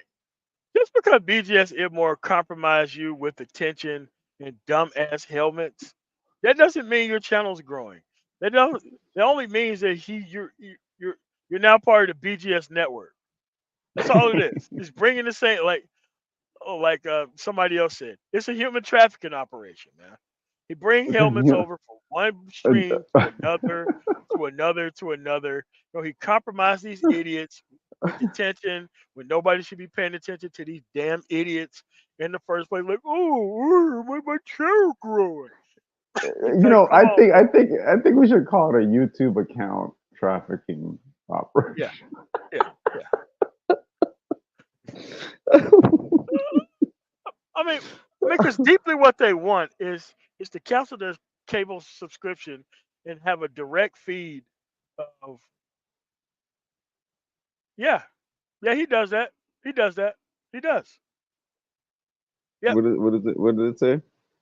Yeah, he's a false flag in it more. Yeah, I mean, he does the same stuff. I mean, at the end of the day, he's a coward. Like, Like, dude, as an effeminate coward who sits at the feet of women, his words, not mine. Yeah, we didn't say that. Yeah, not us. Yeah, it That didn't come out of my mouth. look, I didn't dox you to do that. Like, dude, that's actual things that you volunteered yourself. Like, dude, like I would have thought that you came from a long line of Bravo Alpha Novembers. You're not supposed to just tell us up front that we're right. This is Dude, I why you have don't have a. any male influences. Like the dude got mad when I asked him about, hey man, what about the father figure, the grandfather figure, man? Like what type of men would allow you would would allow us to go down? Hey, listen. Okay, I sat at the feet of women. All right, let's not go there. Yeah, yeah. I know everything about bitches, and I lost them. Hey man, congratulations, bro. Oh, Well fucking played, it more. oh, well played, sir. Well played. You Oh, sure God. showed them. Oh I my god. mean, Uh, oh it's man. what do they call that? Is it like what do they call it? A Pyrrhic victory or some shit? Like a loss is a win or something? Or am I getting it wrong? What is that called? Yeah, you are getting it wrong. I'm not sure what it is, but you are getting it It's wrong. called Whatever it is. a fear. No, a Pyrrhic victory. I think is when you go down in flames for the win. So Yes. like you win, but you die at the same time. Yeah, but I don't know what this one's called. This is something else. It's a well, different term. Blaze said that it's a win at a great cost. That's what he said. A win at a A great cost. win at a great cost. Yeah. Does the win? You know what? I don't even want to know. I'm not even gonna Yeah. ask because I Well, don't care. I mean, the Anyway, simple thing is that if you're over there listening to BGS more, he knew about these conversations for at least 60 years. What he claimed that the Black Manosphere was for, nobody else was on that shit but him and whoever he negotiated this thing with. He wanted to ride the ass of Kevin Samuels, even though he did steal 20% of his shit and present it to a whole nother audience and didn't really shout these dudes out. Yeah, man, that dude kind of closed the door and left y'all here, man. And look, it's great because at the end of the day, you guys have got to understand that these dudes are more dangerous than anything else. It's not white supremacy, it's not the women, it's men getting you to commit harakiri. You're doing it on your own. You deserve no sympathy. None. A lot of these people are predisposed to losing to a bitch, and actual BGS is helping you on that journey. Like they are on the Maggle journey, and he is helping them on their actual Maggle journey. well, They are I thought, destined to lose to a bitch. you know, to be fair, I thought what he was trying to do was present a choice or something. Yeah, a false choice. Uh, I was trying to be fair. Yeah, I mean, but he knows the choice is false. I mean, the video he did 5 years ago said that his whole stuff that he's on right now is BS. But at the end of the day, he has to keep this stuff going because otherwise, nobody will listen to me. People won't think I'm popular. And what a dumbass! Like, bro, you're really trying to grow an actual platform off of actual poison ivy farming? That's what we're doing at 60, Mm. trying to find medicinal uses of poison ivy at 60.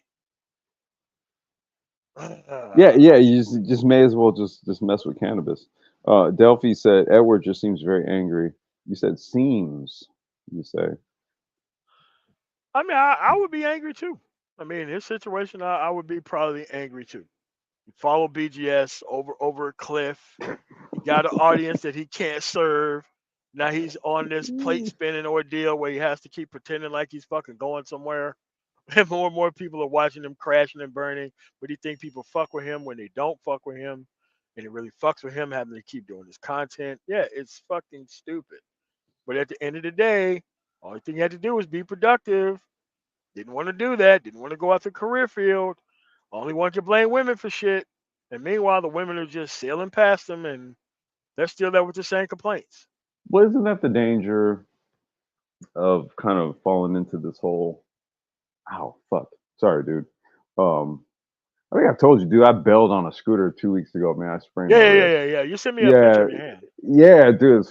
It's good now, but I literally just kind of put my hand up under my chin and I pushed my wrist. I was like, fuck, that hurt.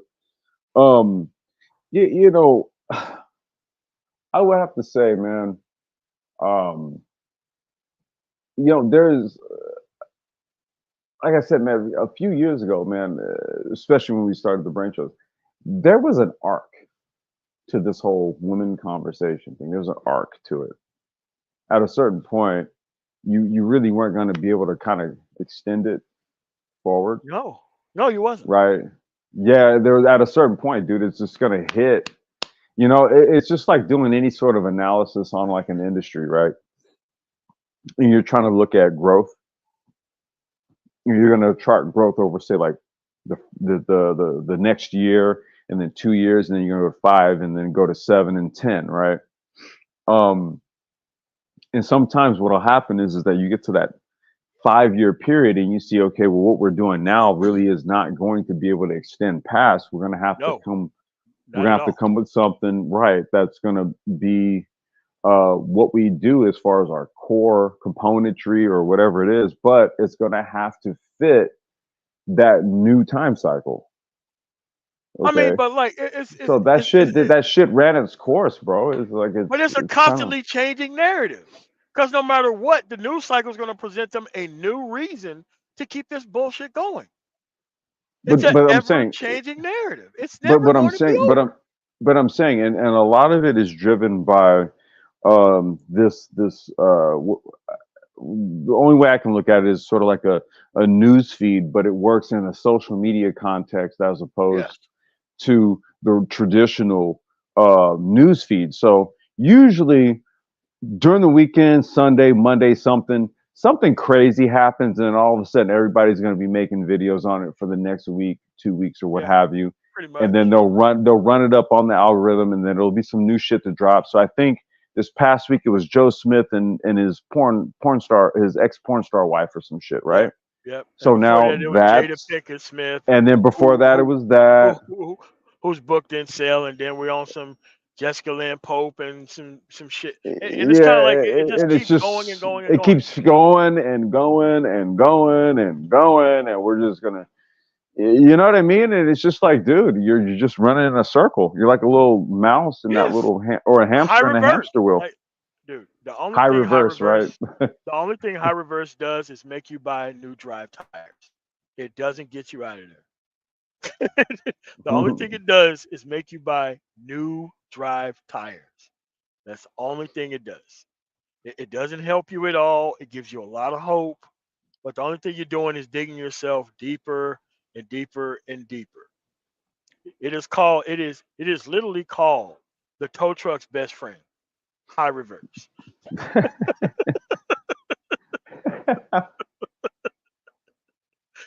Oh man, I mean, dude, dude, like I said, man, I've me, man, I hedged on 3.0 way back, way back, way back.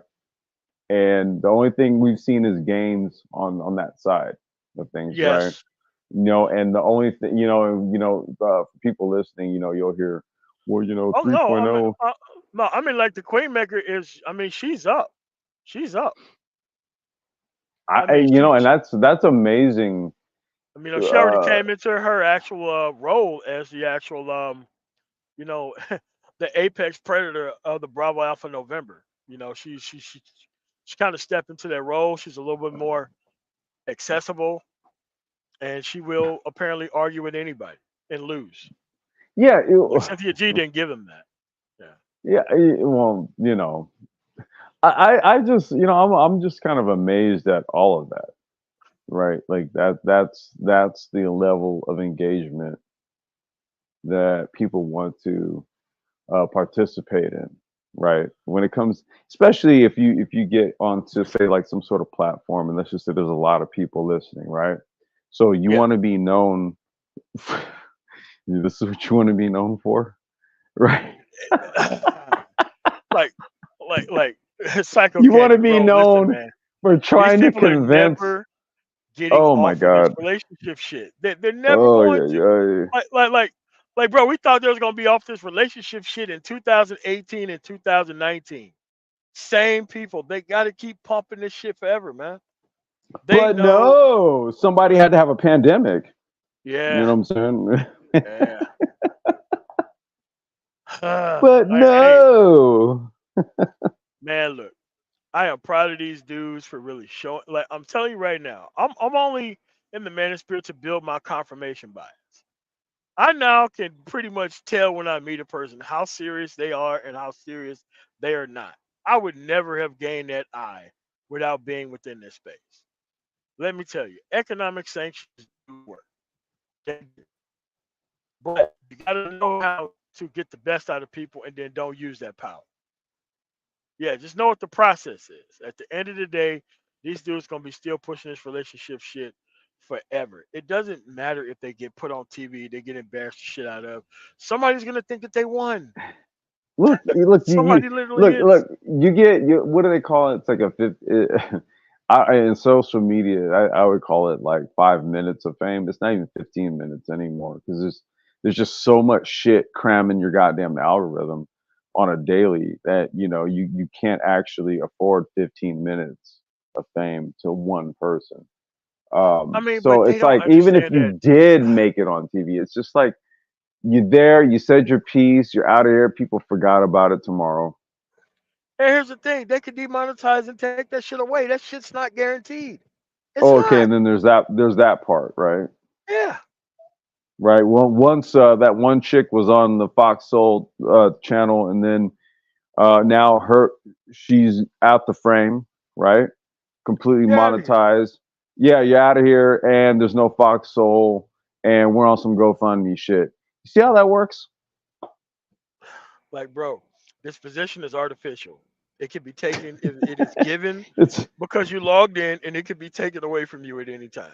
it's that bloody technocrat, technocracy, MOT. They could just take me down at any moment for free speech and blase Skippy. Shut up. Yeah, that's what it is. I mean, dude, at the end of the day, you gotta see how great this is.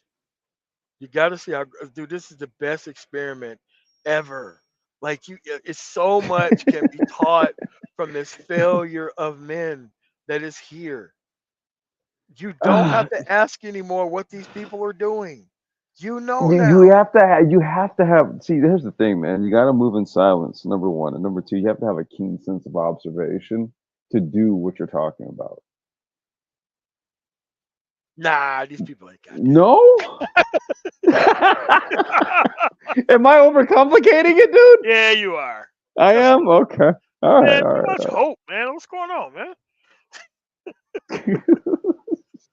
Bro, and it's like, look, the guy is still going to call me a spinster when he's literally a 60-year-old Dude, guy he's the one who who literally is said, a my ex, spinster. my ex made me a monk. Dude, I put a comment in your chat. I was like, bro, a monk is a male spinster.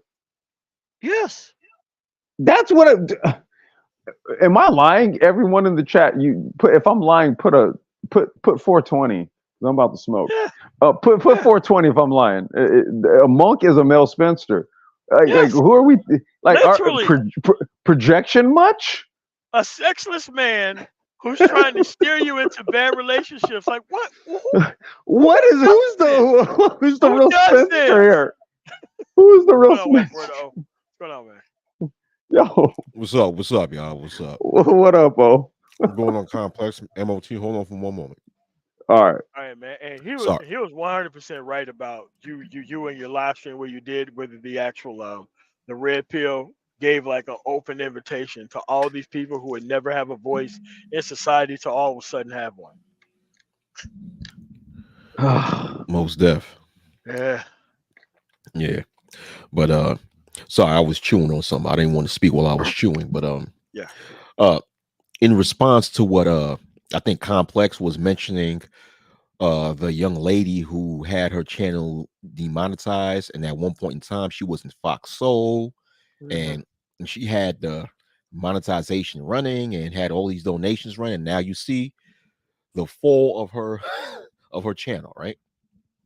Just like MOT said, this whatever privilege, excuse me, whatever so-called privileges that you receive from Google can be taken away from you. It's common sense At any time. at any time. And it was funny because there was a time when you had these full-time content creators, which is a damn shame with me you actually using that word, actually poking Full-time black male YouTuber. full-time black male YouTubers Yep. poking fun at people who actually have real careers and real jobs. And it amazed me. I'm saying, okay, so these people with real careers and real jobs, they actually finance you broke ass, and you're poking fun of them.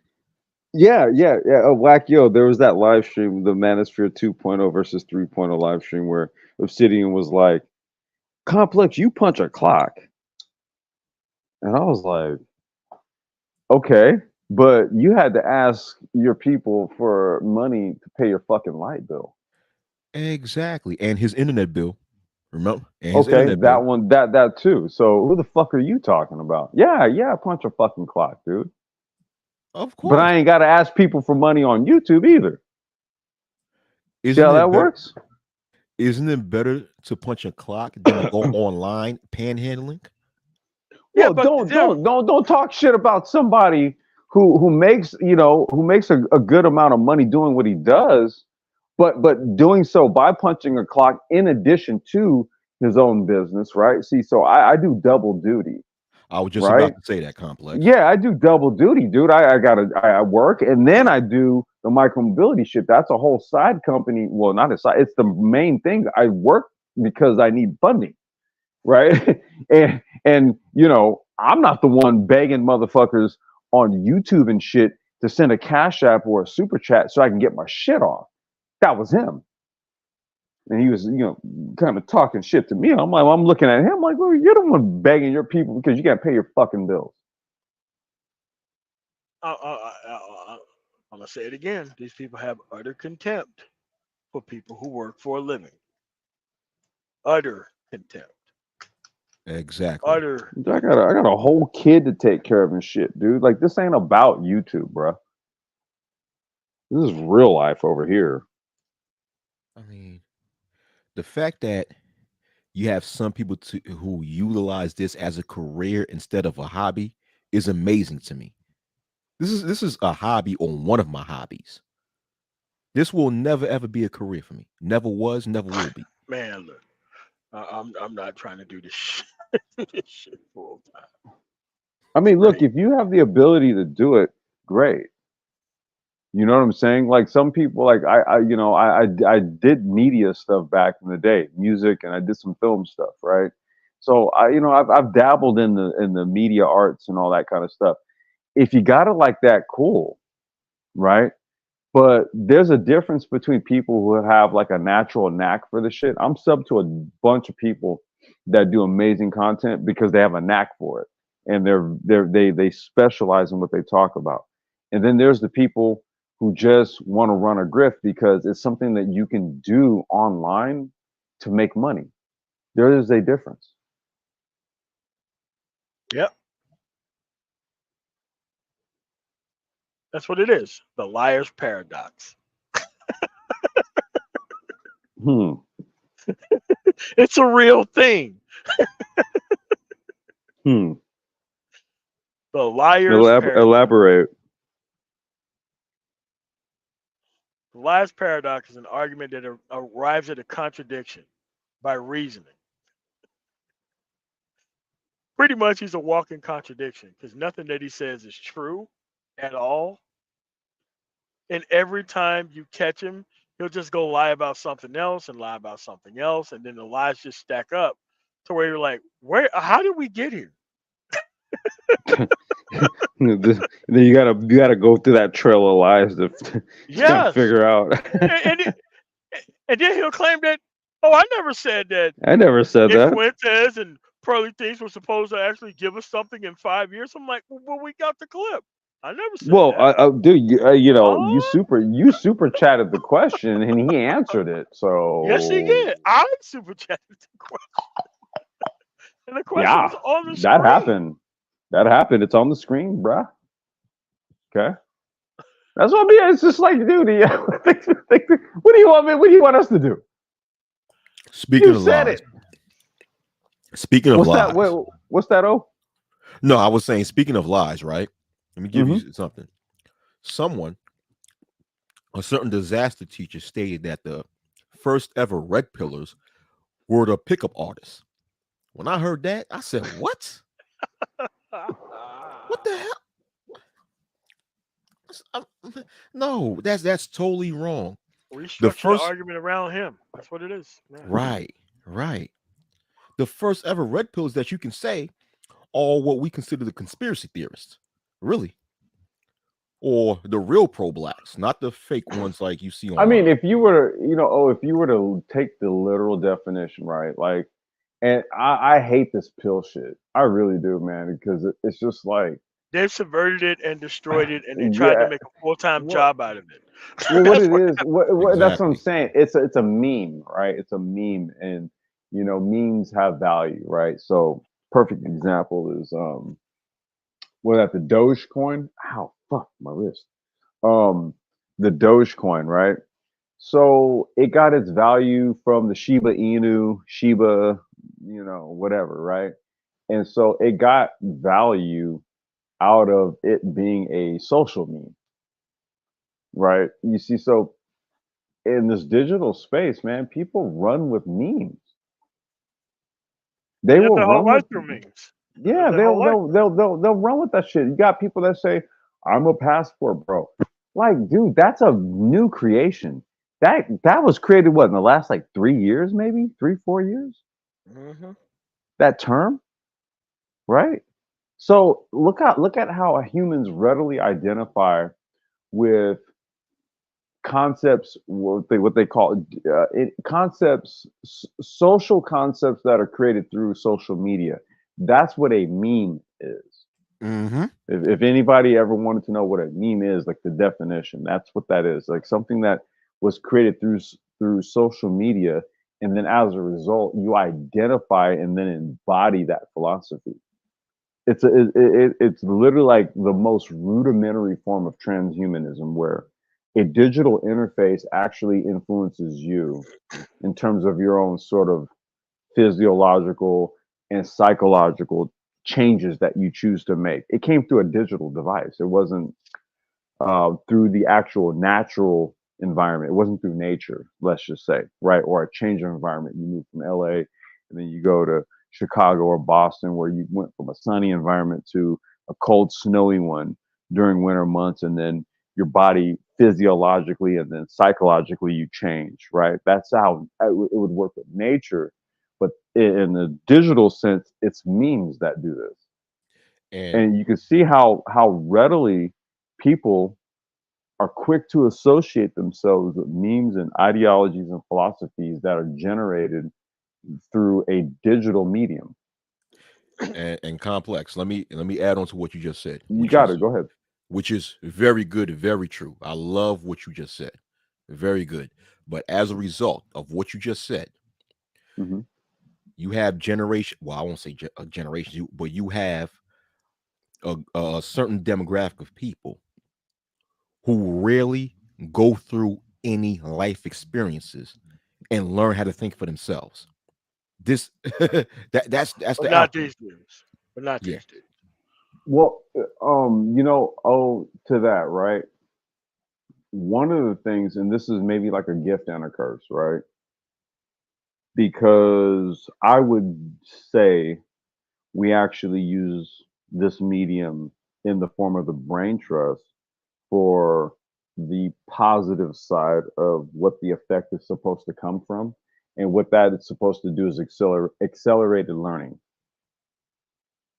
Right. right? Hmm. You can literally, you have access to so much information today that you can increase your intelligence daily tenfold if you're listening to the right things. Yeah. Yeah. Most Prior definitely. prior to this digital medium, you had to you had to have a damn library. You had to have books. You get what I'm saying? And even then, the books were written at the time they were written. They don't account for new information. There's not an update. It's not current. You know what I mean? It's not. updated via algorithm. You have books that have versions to them, reprints that may have like some addendums to them and stuff like that. But it's not quite like the digital medium where information is in abundance to you at your fingertips, right? So then it becomes an individual impetus on one's own acquisition of intelligence and information. I mean, man, that's just where we're at. And the sad thing is that men themselves wanted to look at anyone else for leadership except other men who are successful. Men came here to invest in the bullshit artists. They came here to deliberately do that. They came here to deliberately invest in personnel and moonshots that they know that don't work rather than follow a specific system. Like this is what Mhm. they see inside of themselves. They see themselves as one of these bullshit artists who are just gonna moonshot, make it big, and it's crazy. Yeah. All while claiming to be for the upliftment of the black male collective. Yes. I mean, if that were if that were Support black true, male media. yeah, Okay, I mean, okay, okay, but dude. what does that mean though? Like you know what I'm saying? Like you can shout stuff out, you can say It shit, means you're gonna be at war for a very, very, very long time. but depending on your angle and everything, it's like, you know, what does that actually fucking mean? It means you're gonna be at war forever. That's what it Right. Well, means. we know. Well, because look, if I were to take the person who's saying it, support black male media and all this and all that, and then I look at their media or what it is that they contribute to media, and then I go, well, do I really want to support this? Like, dude, like I had O'Shea try to shame me for saying that. Well, I never donated or supported him, and I said, well, why the fuck would I do it? It was a legit question. Like, why would I give you money over my daughter? Why? What is something that you're doing that would cause me to actually break bread and give it to you? Especially I mean, with the things that I'm doing, and I'm not asking motherfuckers for a dime. Why would I give you money? but you're talking about a person who gave like 10 grand over 5 years, and you see how that ended. Drop of a hand. I mean, here's the thing, right? Like, I never asked them to do that shit. Why the fuck are you putting that off on me? Like, well, you never do. So you ain't got shit for me to donate to. But you have to And understand, man, that there was never no loyalty here. These people would cannibalize you in a heartbeat to keep their own power. That's all it was. It's well, you've okay. seen it. You've seen it. Yeah, yeah, yeah. I'm I've been a saying, and victim the of it. time, like when you lead up to 2023, we're going on into 2024. We got like the rest of this month in December to close this year out. We're gonna go into 2024. When we really think back, bro, there's been so many times that we've seen that shit. It's amazing. Dude, I'm just saying, man. One update of the terms of service, and all this shit is gone. Well, but see, that's the thing. That's what happens every time there is an update to the TOS. And then all of a sudden, everybody starts shaking in their boots. But it's like, well, did you read the fine print? Did you read the update? Oh, you didn't read it. So all of a sudden, your shit's getting uh, demonetized and knocked down, your videos and all this. And then you're like, they're hating. And it's like, well, you didn't read the updated terms of service, did you? Yeah, but dude, that's just where we're at, man. Like Yeah. I'm just saying, Oh, this is where we are, and it should be known that most men, even productive ones, they want that cool uncle status. They want to be around men that they're never going to serve. I don't understand it. At the end of the day, they want to be able to do things that are just not going to work. I are don't understand. those men that you said productive? Are they productive or functional? I would dare say they're functional, not productive. Because if you're Yeah. productive, you don't have time to be around that shit, right? If you're functional, sure. Oh, okay. You have functional You get illiterate, what so you all get what right, I'm I get your saying? point. Yeah, okay, You get I what I get you. mean? Yeah, because yeah. I just No, you come on. could drive a bus or drive a truck and still be on this dumbass shit online. Oh, okay, Exactly. I That's what got you. I'm saying. You're functional. Yeah, You got tons of dudes that'll like, run a rig, over the road and shit, and then be on like the shittiest of shitty live streams, yeah. shooting the shittiest of shit while they're functioning, right? But they And want to then get behind the wrong type of men mhm. because that's who they're closer to at the end of the day. That's what I'm saying. Like there's like you got people who are functional, so they can they can function in a job capacity and do it and get it done, right? And be reliable. But, that's just kind of what it is. It's for sustenance sake, right? But in terms of like personal or self interest, yeah, you see what they gravitate to. Oh yeah. So let me Yeah. give you one example of that we are talking about. This is one Mhm. person, right? Now, I don't have an issue with this individual. I don't know about y'all. I don't have an issue with this individual, right? But he has his own, he opened up his own private security company, which is a good Mhm. thing. That's a Mhm. good thing. That's beautiful, right? But Mhm. then one day I crossed into this GoFundMe page that this person had, and this person only received about $3,700 in donations when it comes to helping him open his private security company. And I'm sitting there and he hangs around that side, that immoral side. And I'm sitting there, I'm saying, hold on for a minute. These Negroes in the immoral clan only was able to donate $3,700 to you for your company to help start your company. I mean, you don't need that much money to, like. I mean, unless you're talking about the VA, Yeah, the VA or something federal where you have to supply your own cars. I mean, uniforms ain't right, shit. You can get uniforms made, but right. like some places require like a car has to be this make of this, But some people ain't got their credit straight to go do that. Yeah, But at the yeah. end of the No, day, what about like uh like fucking securityed out e-bikes and shit like that. Yeah. Like no, I now, mean now they that have shit that now that on base that's now. that well, I'm saying that we build those, and But I'm what I saying like, well, on my end, I'm like, well, that's a fraction of the cost of the cars you're talking but about. And but that what could I'm trying probably to get a whole host of different contracts, right? But but yeah, what anyway.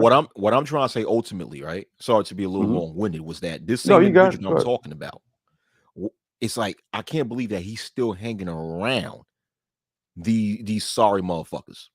I can't believe that. I'm like, this guy, he seemed to be a very productive individual, right? But he's hanging around the Zasta teacher and these other idiots. It's like he needs to separate himself from these individuals, in my personal opinion. I mean, I I cannot mean, tell a but grown man what to do, but that's just my opinion. Go ahead. here's the thing, right? Like they can't and they won't because they want to keep that part of the hood or whatever the fuck alive. What's going on, Great Pill Podcast? Yeah, but they want to keep a part of them alive. They literally think that these people are a legit part of black male society. They're not. They're literally not part of it. I'm gonna tell Exactly. you right now, if I get on calls, dude, when it comes to my industry and shit, I don't talk to the BGS types. They're never present. And it's Yeah, a well, I small got industry, and that's the other thing too, right? It's like pretty much we all know each other. And I'm talking about the North American market, this entire country, dude. The industry that it is that we promote, that we're active in and that we're engaging in, it's small and it's burgeoning and it's growing, but we all know each other. We've been around for some years. I started with one of the biggest startups. Well, one of. I started with the biggest startup in the industry, and then we spun off our own company, and then we started dealing with the players ourselves and stuff, right? You see, so on our side, it's like we've been hands on the whole time, and it's easier to chart progress and understand processes when you're actively engaged as opposed to just saying, well, these conversations and then making these wild sort of connections to social changes that are happening vis-a-vis legislation, right? I'm sorry, Correct. I can't vet that shit. I I mean, cannot. I Right. mean, but that Exactly. I but that idea of progress is linear regression and content creation. It doesn't matter what's being said. Look at the people who I can get to look at me act a damn fool. It doesn't matter about what's the good or bad. You can't take the conversation that far. The only thing we're doing is just moving the actual conversation beyond where they are at. Hmm.